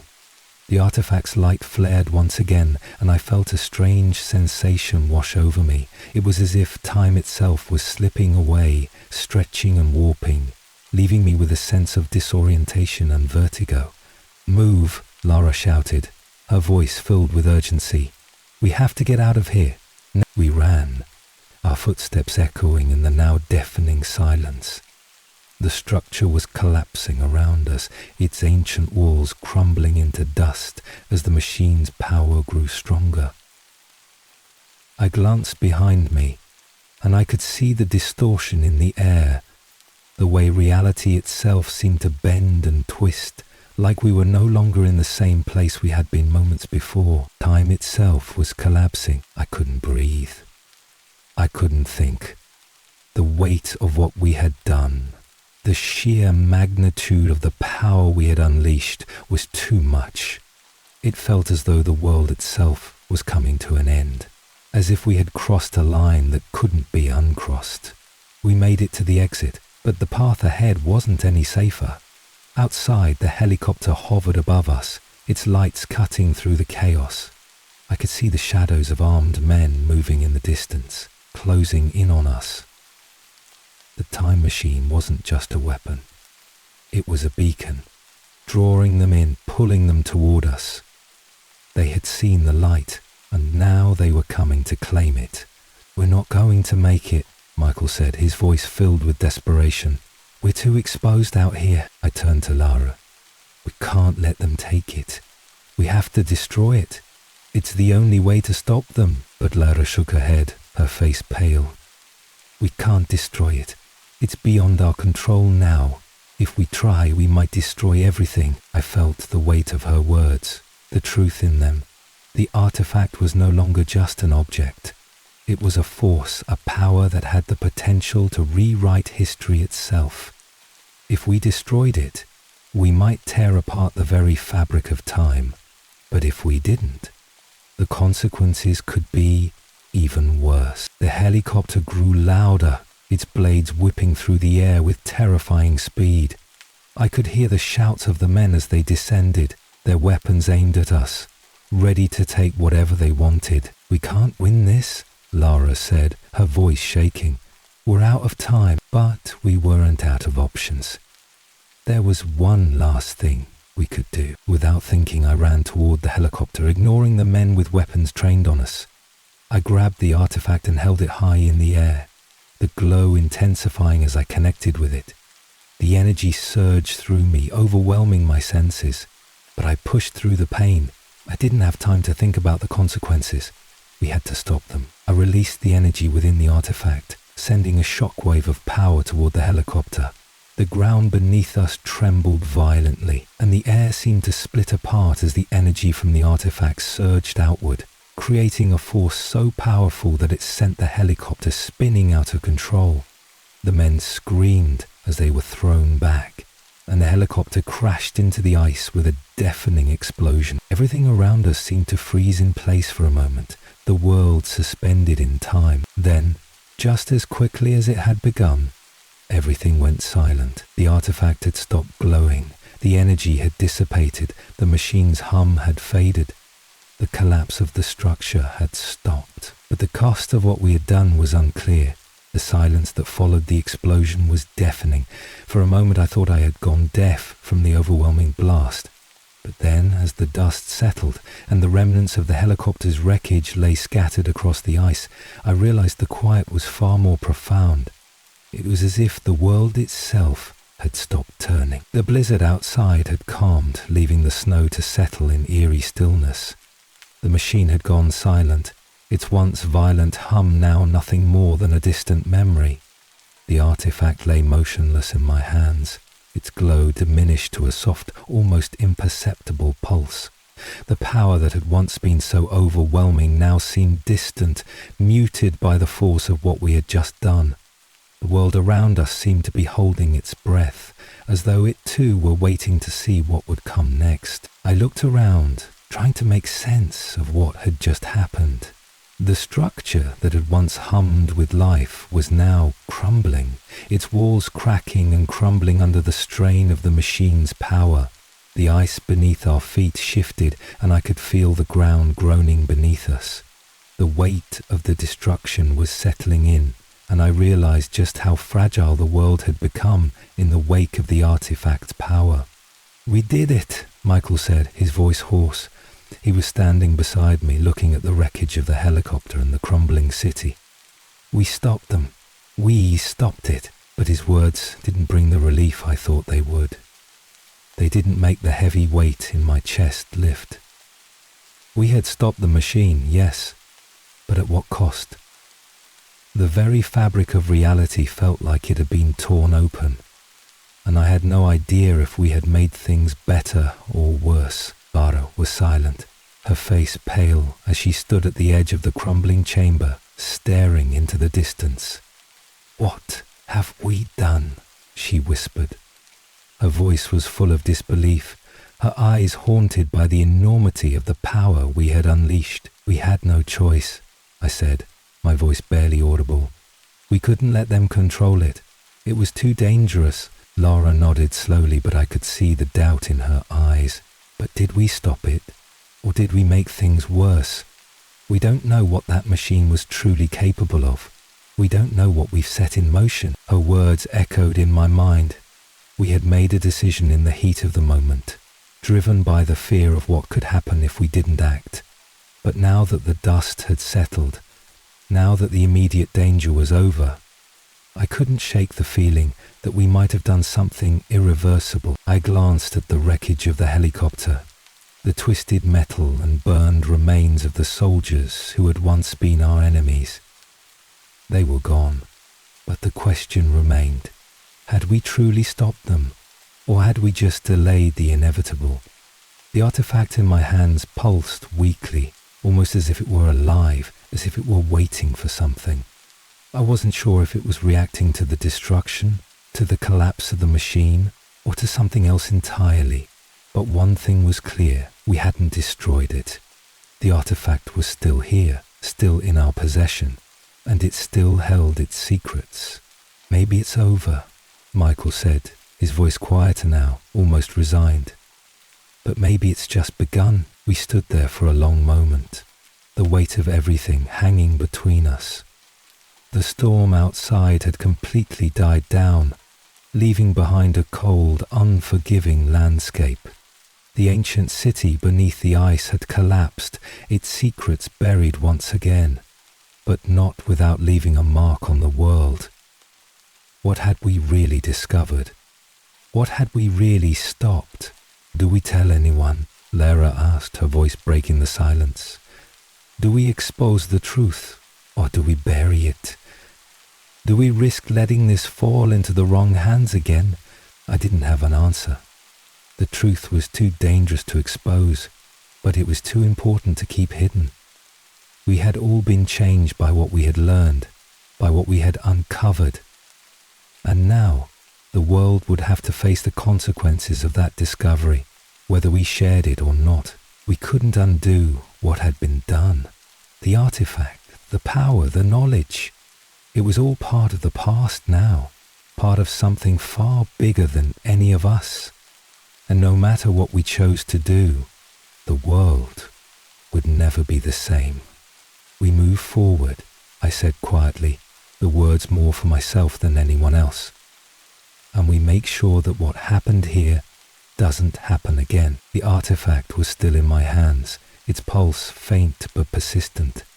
The world had changed, and so had we, but the future was uncertain, and the choices we made now would determine how humanity would face the power we had uncovered. And as we turned away from the wreckage, I knew one thing.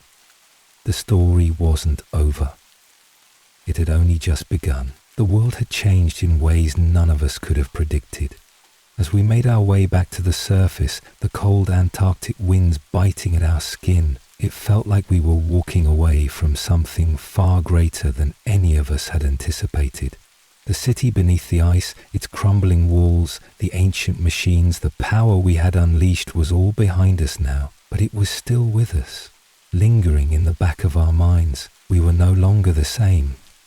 The knowledge we had uncovered, the dangers we had faced, had reshaped who we were. Lara, Michael, and I had gone through something that most people could never even imagine.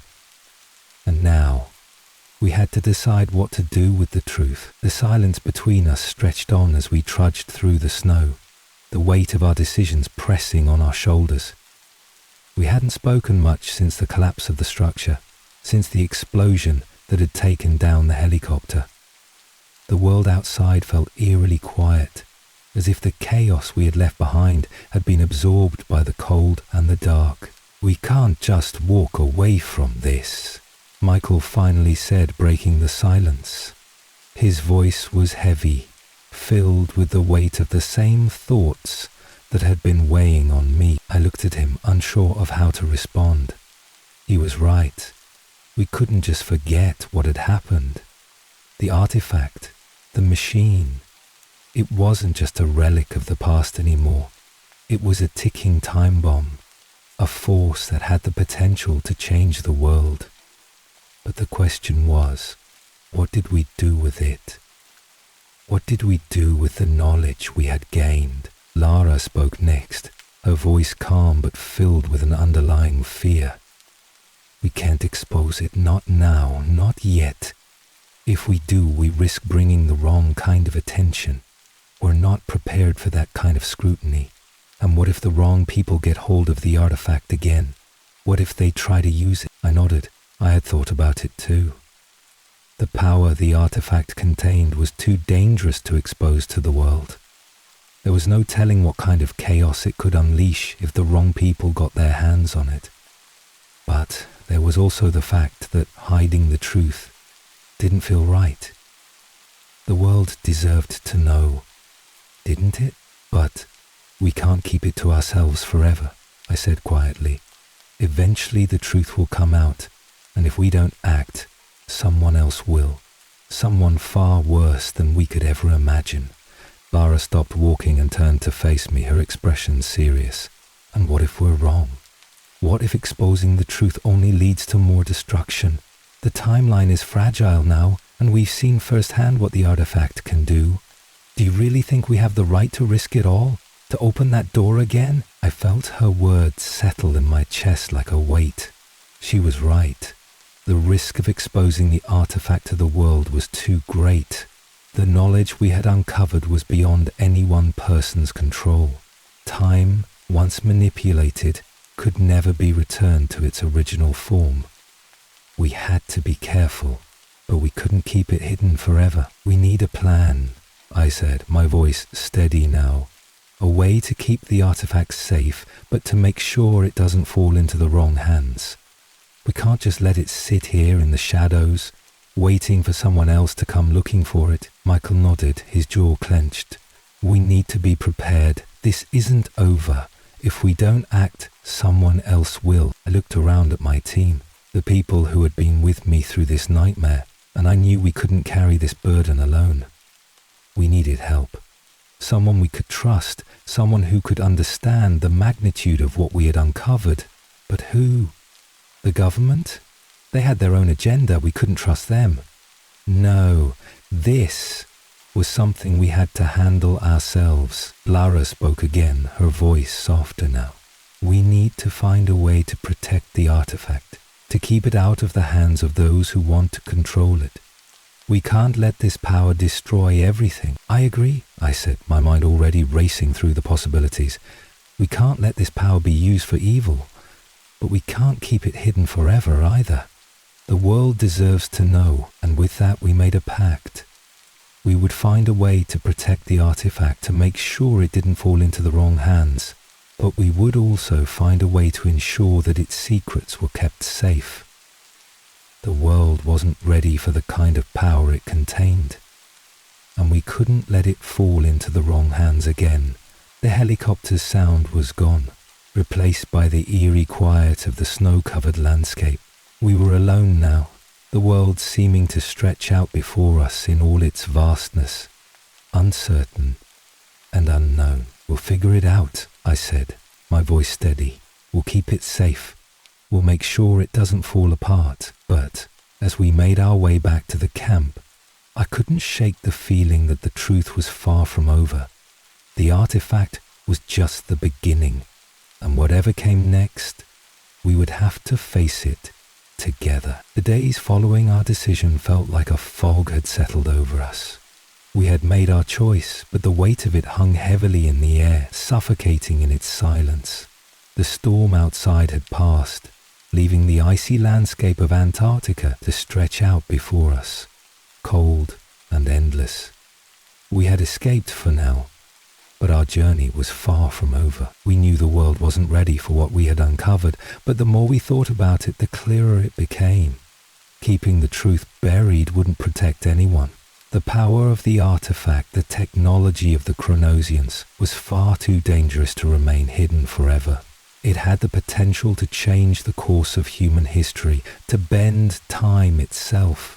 And that kind of power, left unchecked, could lead to catastrophe. We can't just disappear, Michael said one night as we sat by the fire in the small camp. We've seen what this thing can do. It's bigger than us now. The world won't stay in the dark for long. Lara, who had been silent for most of the past few days, looked up from her thoughts. I know. We can't keep it hidden forever, but we can't just expose it either.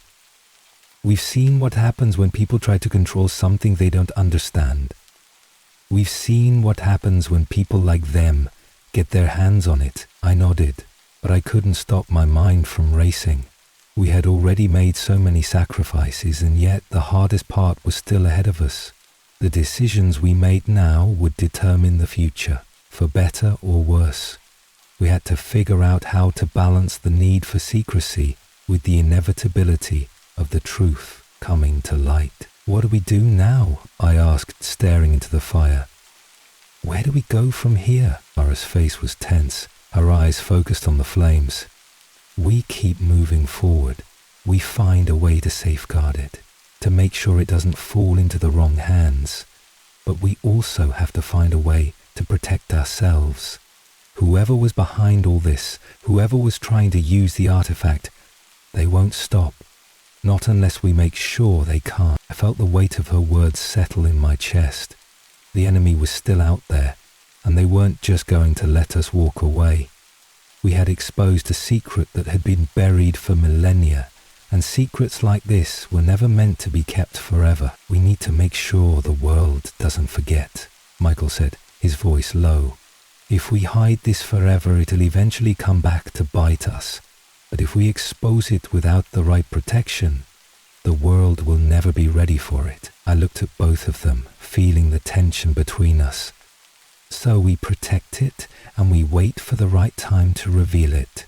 We make sure no one can use it until the world is ready. Laura looked at me, her eyes filled with the same understanding I felt. Yes, but we also need to be prepared for what comes next. We need to make sure no one can use the artifact against us. We need to make sure the wrong people can't control it. We sat in silence for a long moment, the fire crackling in front of us. The weight of our decision hung over us like a storm cloud, but it was a decision that had to be made. We couldn't change the past, but we could shape the future. The truth was out there, and eventually the world would know. But we couldn't let it fall apart. We couldn't let it be destroyed by forces too dangerous to control. As I looked at the others, I knew we had a long road ahead. But for the first time since we had uncovered the artifact, I felt a sense of purpose. We weren't just running from the past anymore. We were running toward the future, and whatever came next, we would face it together. The morning after the camp had been disturbed, a strange sense of dread clung to the air. The winds were still, but I could feel the weight of something unspoken hanging over us. We gathered around the artifact again, our breath visible in the icy air as we continued our examination. I couldn't shake the feeling that someone or something was watching us, waiting for us to make a mistake. My team was getting jittery. David kept checking his equipment nervously, and I noticed that even the most composed among us seemed on edge. As we worked, I noticed something I hadn't seen before. The symbols that had initially been indecipherable started to shift in the light. It was subtle, almost imperceptible, but when I angled the artifact under the harsh glare of the overhead lights, I could swear the patterns moved, like they were alive. It wasn't just a trick of the eyes. It was as if the symbols were changing before me, as though they held some sort of hidden message or key. I showed it to Lara, one of the archaeologists on the team who specialized in ancient languages.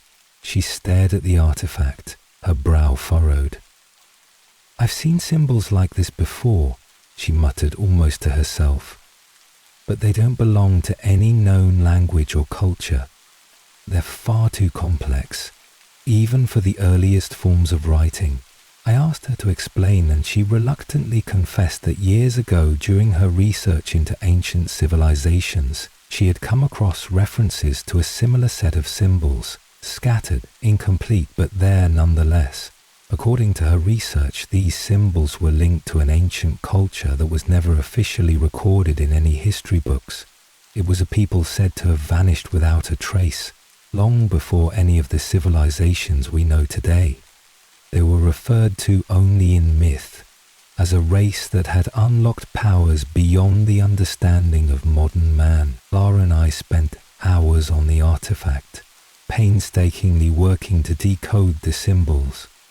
But nothing prepared me for the moment when we finally pieced together the first meaningful phrase. It read, "The dawn of time." I remember the hairs on the back of my neck standing up at the sight of those words. It wasn't just a random phrase. It meant something. It had to. As I studied it further, my thoughts drifted to the strange occurrence from earlier that morning, the tampered camp. Was it possible that someone had already seen this? Did they know about this artifact before we did? The question gnawed at me. We had only just uncovered it. But the more I thought about it, the more I realized we couldn't be the first to have discovered it. This knowledge, whatever it was, had been hidden for a reason. David seemed less skeptical now. The tension between us was palpable, and he approached me later that evening with a proposition. "We need to get in touch with someone outside of this team," he said. "We're in over our heads. This isn't just an academic discovery. This is big." I agreed reluctantly. The more I thought about it, the more I felt the weight of responsibility. If what we were uncovering was as significant as I feared, we couldn't let it fall into the wrong hands. But who could we trust? The more we looked into the artifact, the more we realized that we weren't the only ones interested in it. That night, as I lay awake in my tent, my mind raced. I could no longer deny it. We were dealing with something ancient, something far beyond anything we had expected, and now someone else was aware of it too. The pieces of the puzzle were coming together, but they were leading us down a dark and dangerous path. We needed to move quickly. I couldn't shake the feeling that the clock was ticking, and that there were forces at play that we didn't yet fully understand. The days that followed felt heavier, like a storm was brewing just beyond the horizon. I had always known archaeology wasn't for the faint of heart. Uncovering hidden truths often meant disturbing things that were meant to stay buried. but nothing could have prepared me for the reality we were about to face. Our team was no longer just uncovering relics of an ancient past. We were uncovering secrets that had been deliberately hidden, and someone or something didn't want us to find them. It all started with the messages. We received the first one on the third day after our discovery. It was a simple note slipped beneath the door of my tent, written in a neat formal hand. "Stop. Leave the artifact alone. You have no idea what you're dealing with." The note was unsigned, and the handwriting was unfamiliar. At first, I assumed it was a prank, someone on the team perhaps, but as the days passed, the messages grew more frequent, and they started to escalate. "You're all being watched. Turn back now before it's too late. History doesn't want to be found. You'll regret this." The messages weren't just threats, they were warnings. The eerie part? We had no idea who they were coming from. There were no traces of anyone being near our camp besides the team. The idea that we were being watched from a distance and in secrecy sent a shiver down my spine. We were deep in one of the most isolated places on Earth. How could anyone even know what we were doing here? David, the skeptic who had slowly come to terms with the weight of our discovery, was the first to suggest that the threats weren't just idle words. "Someone doesn't want us to find the truth," he said one evening as we sat around a small fire, the wind howling outside. "But who would go this far to keep a lost civilization buried?" That's when we realized we had no idea who the real enemy was. We were so caught up in the mystery of the artifact, we hadn't stopped to consider the possibility that someone else might be after it too. Someone powerful enough to go to extreme lengths to keep it hidden. It wasn't until the next day that we got our answer. It came in the form of a helicopter swooping down from the sky in the middle of a blizzard. The noise was deafening, and by the time we registered what was happening, 2 armed men were on the ground, advancing toward us. They were dressed in black, wearing masks, and had the look of professionals, military perhaps. I knew they weren't here to help. They didn't speak much, just a curt command to hand over the artifact, to surrender everything you found. When we refused, they didn't hesitate. They made it clear they had no intention of negotiating. A brief altercation ensued. One of the team members, Michael, tried to intervene, but before anyone could react, the 2 men had subdued him. I remember the icy calm in their eyes, the complete lack of emotion. They were here for something specific, and they didn't care who got in the way. It was clear now, this wasn't just a group of curious academics or treasure hunters. These men were part of something much larger, something with the power and resources to operate in complete secrecy, even in a place like Antarctica. The question was, who were they working for? Who wanted the artifact so badly? The answer hit me hard. This wasn't just about uncovering a lost civilization. This was about controlling knowledge. Knowledge of a technology so advanced that it could change the balance of power on a global scale. The weapon we had uncovered in the artifact wasn't just a relic, it was a key to something that could manipulate time itself. I couldn't help but think of the words I'd seen etched into the artifact, the dawn of time. If these men were right, and if they were after the same power we had discovered, the consequences would be unimaginable. That night, as we gathered in the safety of the research station, our minds racing, we made a decision. We couldn't back down. We couldn't let this be suppressed again. But we knew that the forces we were dealing with weren't just shadowy figures in the dark. They were powerful, connected, and willing to do whatever it took to stop us. Whatever we were up against, it was bigger than us. But we couldn't stop now. The helicopter incident was a wake-up call, but it didn't stop us from pushing forward. In fact, it had the opposite effect. The more we thought about it, the clearer it became. There was something far bigger going on here than just the artifact. The men who had attacked us were well prepared, organized, and from their actions it was obvious that they had been tracking us for some time. They knew exactly where we were and what we were doing. They had to have had access to more information than we had. David, now fully convinced that we were dealing with an organized group, was determined to find out exactly who these people were and what they wanted. We could no longer afford to be passive in our investigation. We needed answers, and we needed them fast. We spent the next few days combing through every bit of data we had. Lara, the ancient language expert, had managed to decode more of the symbols on the artifact, and with each revelation we were getting closer to understanding its true purpose. But we didn't stop there. We also began to dive into our own resources.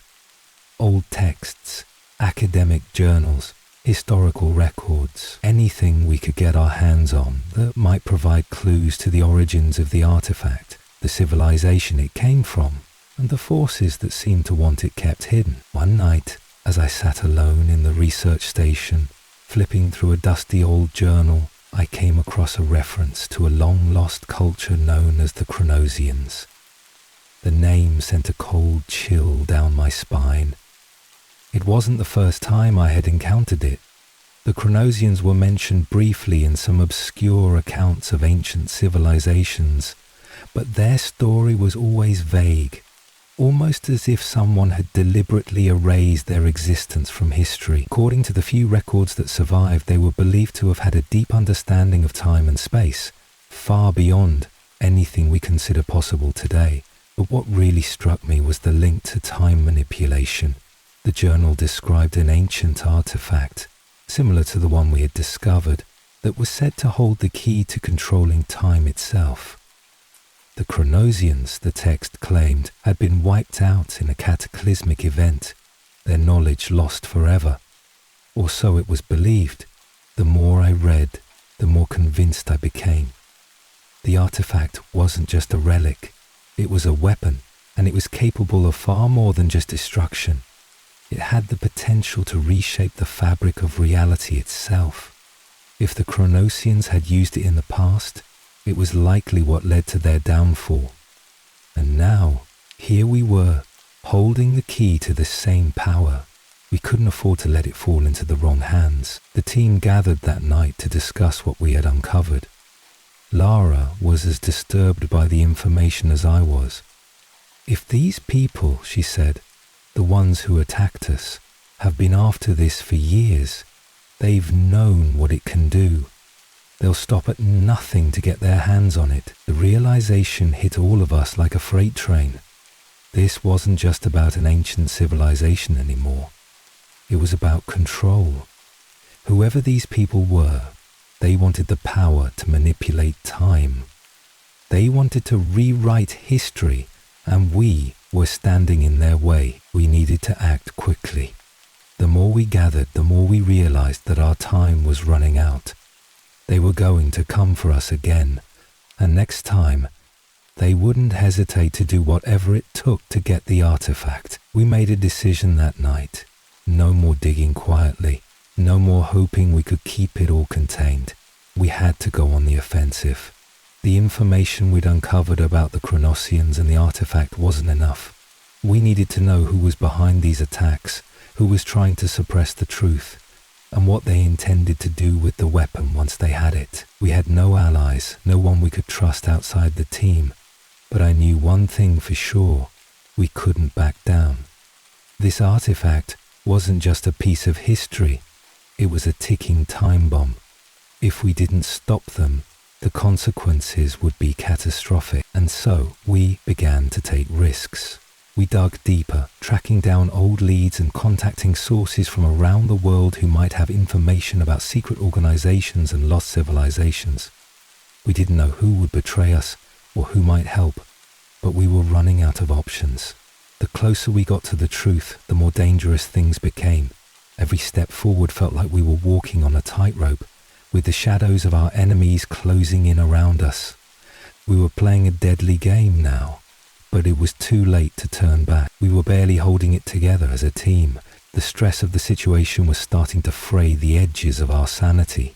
We had become so consumed by the chase for the truth, so obsessed with deciphering the artifact, that it felt like the entire weight of the world was resting on our shoulders.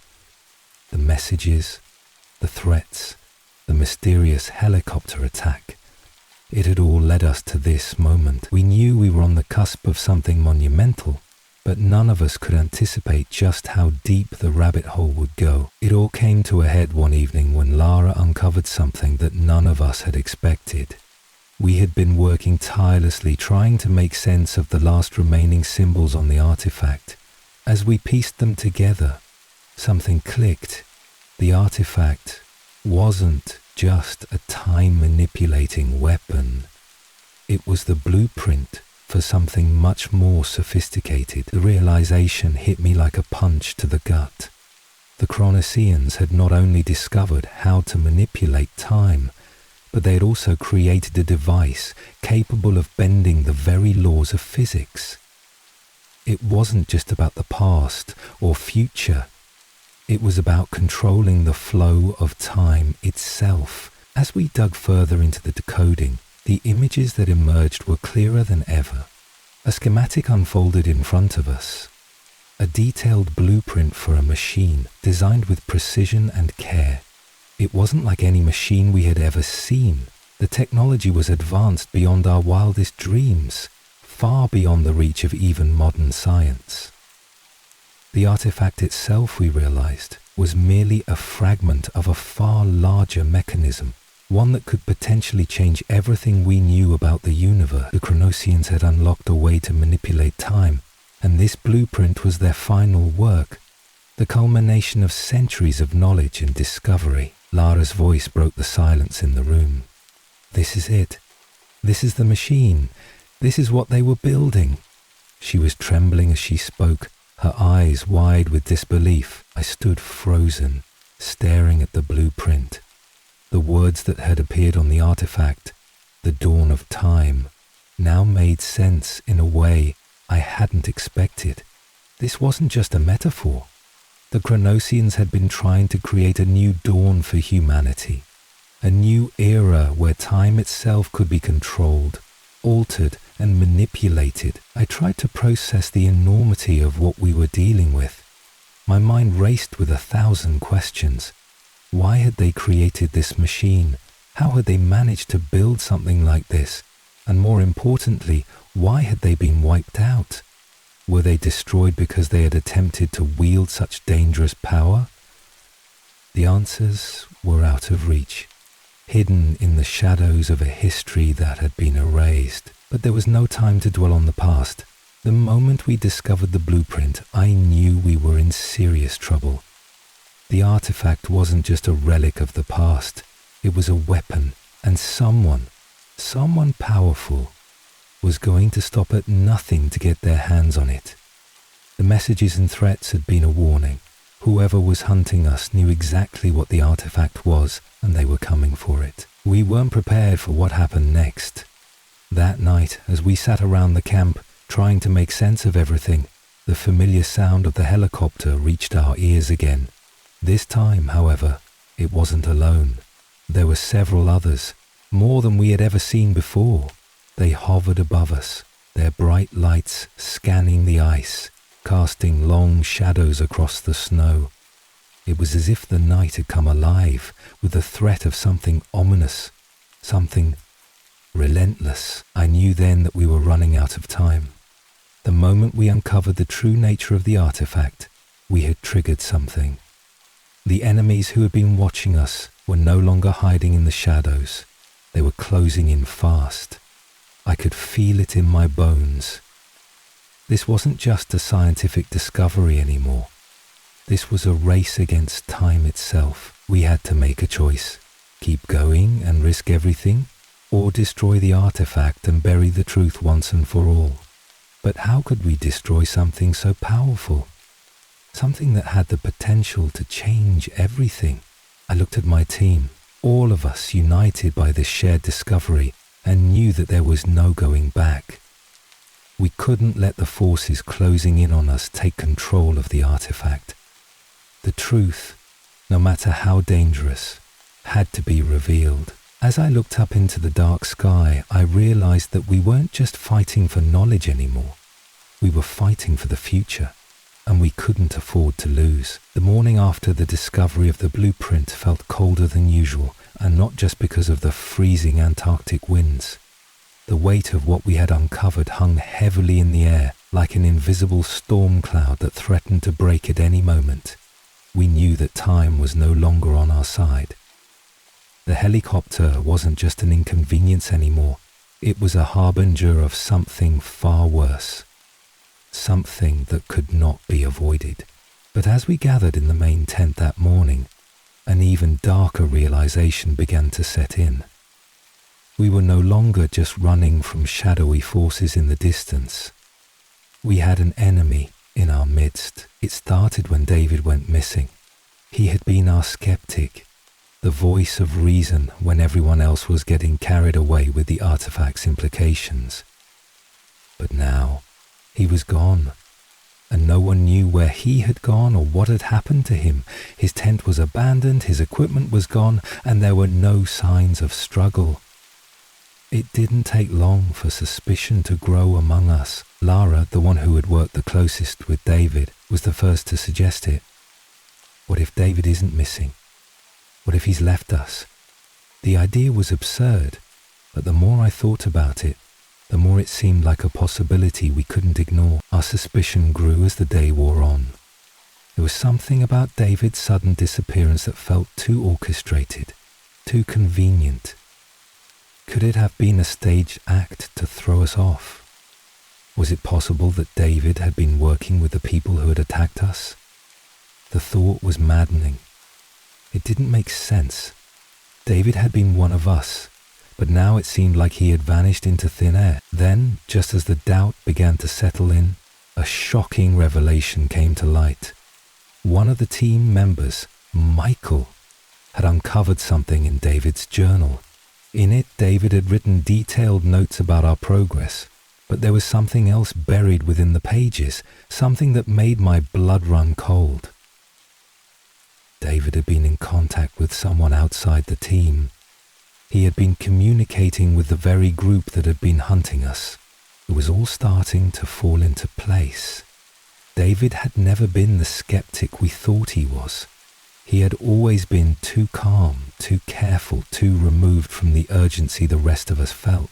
Now we realized that he had been playing us the entire time, feeding information to the very people who were trying to stop us from uncovering the truth.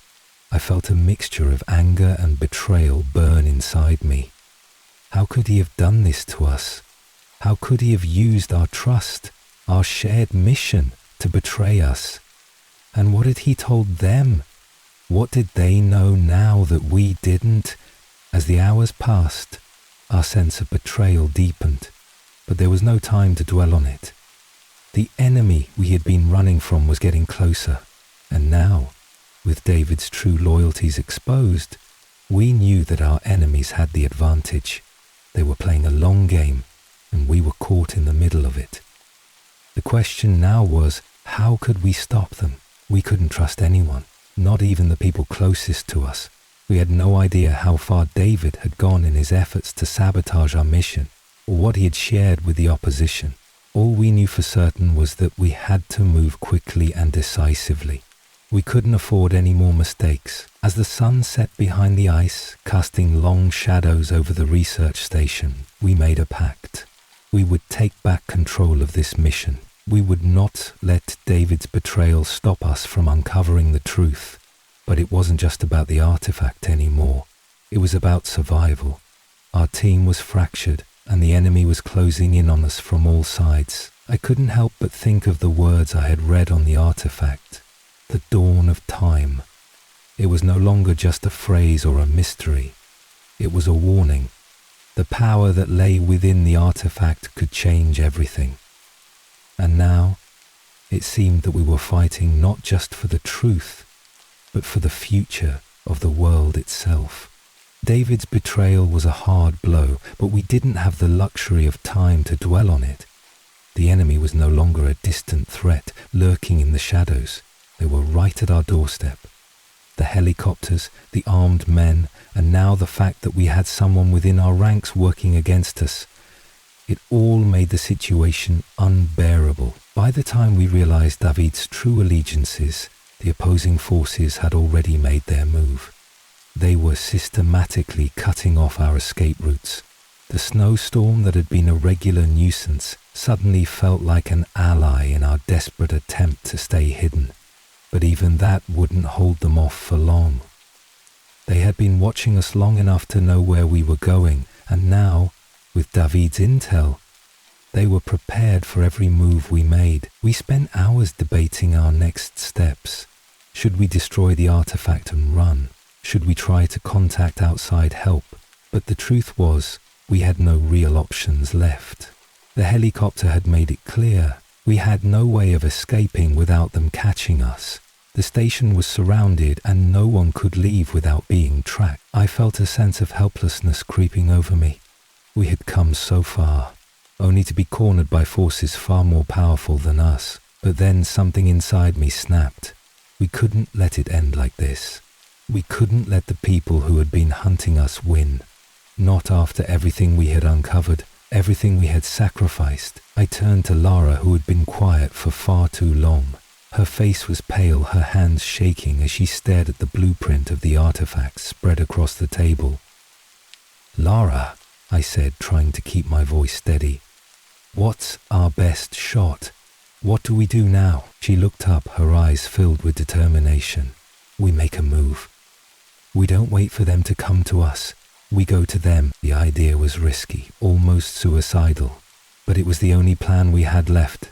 The artifact, the blueprint for time manipulation, had to be protected at all costs. If we could reach the hidden structure beneath the ice where the full machine was supposed to be, we might be able to use it against them. If we could control it, we could turn the tables, but there was no guarantee we would make it there in time. The opposing force would likely catch on to our plan, and, with David's betrayal, we had no way of knowing how much they already knew. That night, we made preparations. Lara and Michael gathered the equipment, while I focused on securing the artifact. We had no choice but to risk it all. We couldn't allow this technology to fall into the wrong hands.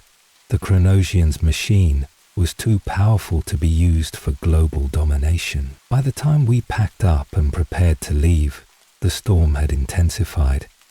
It wasn't just snow anymore. Blizzards had set in, creating a wall of white that reduced visibility to near zero. It was both a blessing and a curse. On one hand, it gave us cover. On the other hand, it made our journey through the frozen wasteland even more treacherous. We started moving quickly, knowing that every minute we wasted meant more danger. But the helicopter was still circling above, its lights cutting through the storm as if it were hunting for prey. We moved as silently as possible, crouching low to avoid detection, but it felt as though every step we took was being watched. Then, just as we reached the edge of the station's perimeter, we heard it. The unmistakable hum of the helicopter's engines getting louder, drawing closer. They were onto us. I could feel my pulse racing. We had to make a decision, make a run for it, or risk getting caught. But before we could react, a flash of movement caught my eye.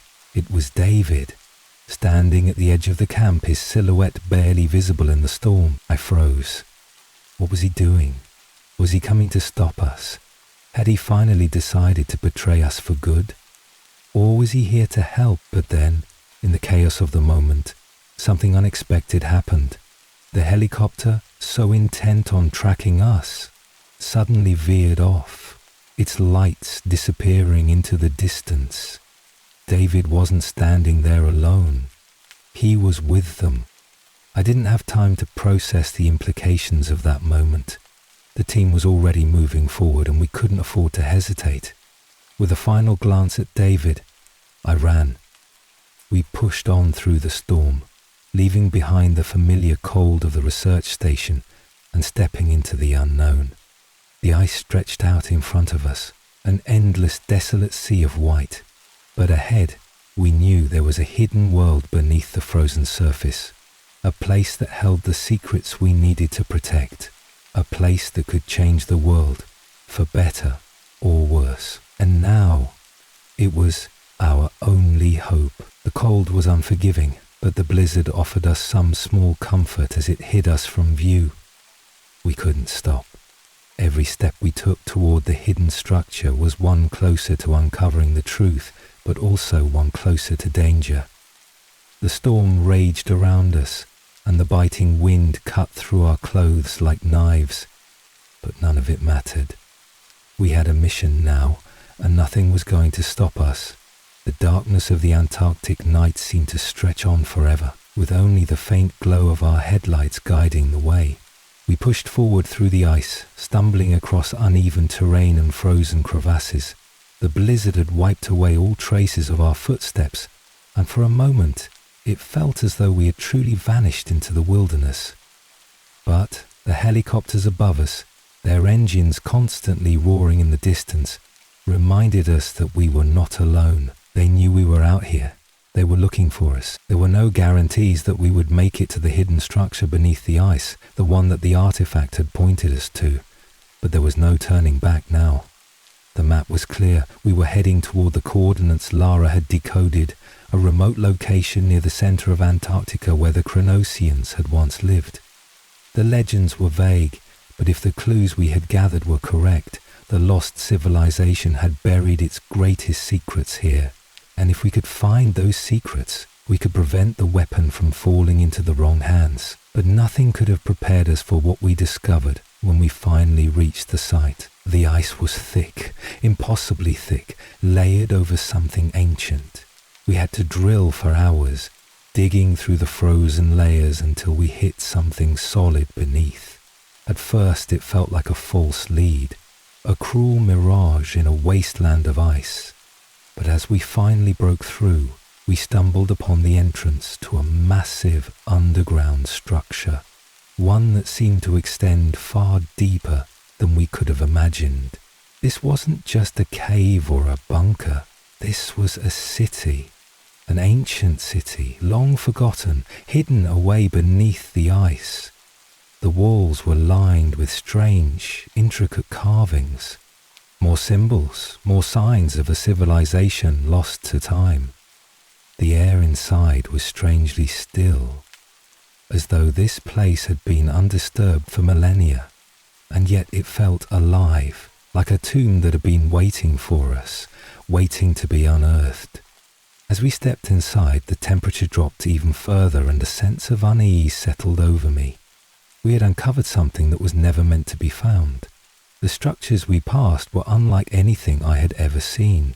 Massive, towering columns rose from the ground, covered in ancient glyphs, and strange machines, some still glowing faintly, hummed in the shadows.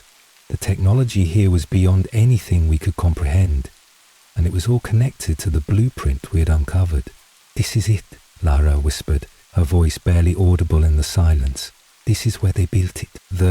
It was the machine that could manipulate time.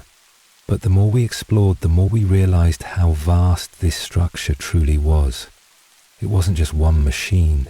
It was a network of interconnected systems, each part of a larger whole. The Cronosians had not just built a device for time manipulation, they had created a whole system of technology that could alter the very fabric of reality itself. We moved deeper into the heart of the city, following the signs, the carvings, the ancient directions that seemed to lead us towards something. I felt like we were being drawn in, pulled toward a central point, a nexus, a place where everything came together. But as we neared the heart of the structure, the air grew thicker, heavier, and then, just as we turned a corner, we saw it. The central chamber was vast, its walls covered in murals that depicted the Cronosians at the height of their power.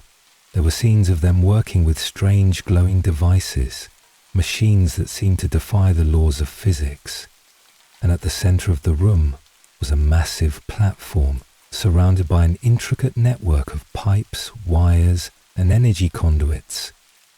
It was a machine, a complex, terrifying machine, and it was powered by the artifact we had found. The realization hit us like a thunderclap. The artifact was the key to activating the entire system. Without it, the Chronosians' technology would remain dormant, lost in time. But with it, they had created a weapon that could alter time itself. As we stood there, surrounded by the remnants of an ancient, lost civilization, the gravity of the situation became all too clear. The world would never be the same once this technology was unleashed. We had come this far to protect the artifact, to prevent it from falling into the wrong hands. But now, as I stared at the dormant machine, I wondered if we had done enough. Could we stop it? Could we stop the forces who were already on their way to claim it? A faint sound echoed from deep within the tunnels. Footsteps. They were closing in on us. We didn't have much time. We had barely enough time to process what we had uncovered before the sound of footsteps grew louder, echoing through the cold stone corridors of the ancient city. The machines hummed ominously around us, their low mechanical noises creating a haunting symphony in the background. My heart pounded in my chest. The discovery had been monumental, but the truth was even more chilling. We were now in the center of a race against time. Literally, they were coming for us. The helicopter had been tracking our movements for hours, but now there was no longer any need for subtlety. Our enemies knew exactly where we were, and they were closing in. We could feel the weight of their presence as the structure itself seemed to pulse with a strange energy. It was as though the entire place was alive, responding to our presence, or perhaps reacting to the impending chaos about to unfold. Lara was the first to react. Her voice broke through the tension, cutting through the panic in my mind. "We need to get to the control room," she said, her words sharp and urgent. "This is where it all happens. The machine can't be activated without the core, but we're standing right on top of it. We can stop this." I nodded, swallowing my fear as I glanced around at the ancient technology. It was unlike anything I'd ever seen. An intricately woven web of pipes, glowing conduits, and humming energy fields that seemed to breathe with a life of their own. The Chronians had engineered something far beyond our understanding, and now it was our responsibility to either stop it or let it fall into the hands of the very people who would use it to reshape the world in their image. We started moving quickly, but the path ahead wasn't easy. The further we moved into the heart of the city, the more unstable things became. The walls cracked and groaned, and I could feel the ground tremble beneath our feet. The structure was shifting, as though it knew its time was running out, and it was trying to hold on to whatever remnants of life it had left. "We have to hurry," Michael urged, his breath coming out in short, sharp bursts. "If we don't stop them, they'll activate the machine, and we'll have no chance to fix this." But as we pressed forward, a new realization hit me, a chilling truth that sank deep into my bones. We weren't just racing against the clock, we were being hunted. They had been waiting for us, watching us from the shadows, and now they were closing in on us, ready to claim what we had uncovered. I turned to Lara. "How do we stop it? If the artifact is the key, what do we do once we reach the control room?" Her eyes were filled with a mix of fear and determination. "We have to disconnect the artifact from the machine before it activates. If we can do that, we might be able to shut it down entirely. But we don't know how the system will react. It could destabilize everything." I didn't have time to consider the consequences. The enemy was too close and the machine was too dangerous. We had to take the risk. As we reached the control room, I could see it, an enormous chamber filled with whirring machines, energy conduits pulsing with electricity, and an ominous glow emanating from the center. In the middle of the room stood the artifact, resting on a pedestal, connected to the machine by a network of glowing cables and pipes. We had found it, This was the heart of the Chronosian power, a weapon capable of altering time itself. The temptation to simply take control of it, to use it for our own purposes, was overwhelming, but I knew that was a dangerous road to go down. The world wasn't ready for this kind of power. It was too much for any one person or group to control. The footsteps grew louder. They were almost upon us. "We need to act now," Lara shouted, her voice breaking the silence that had fallen over us as we stood frozen in place, staring at the artifact. I took a deep breath and rushed forward, pushing past the fear that had gripped me. There was no turning back now. We had to destroy the artifact before it could be used to rewrite history. I reached out, my fingers brushing the cold surface of the artifact, and I felt an electric pulse shoot through me, as though the machine itself recognized my touch. Suddenly, the room was flooded with light. The energy from the artifact surged through the room, sending shockwaves of power crackling through the air. The walls trembled as the machine began to hum louder, a deep, resonant sound that seemed to shake the very foundations of the city. The time machine was waking up. We had activated it. "We've done it now," Michael screamed, his voice panicked. I turned to Lara. "What do we do?" She was frantic, her hands shaking as she tried to make sense of the controls. "I can't shut it down. It's too complex." A sharp metallic sound echoed through the chamber. They had arrived. Our enemies were inside the building and they were closing in on us. The machine was alive and there was no way to stop it unless we could destroy the connection. Time was running out. We were on the verge of unleashing something that could change everything.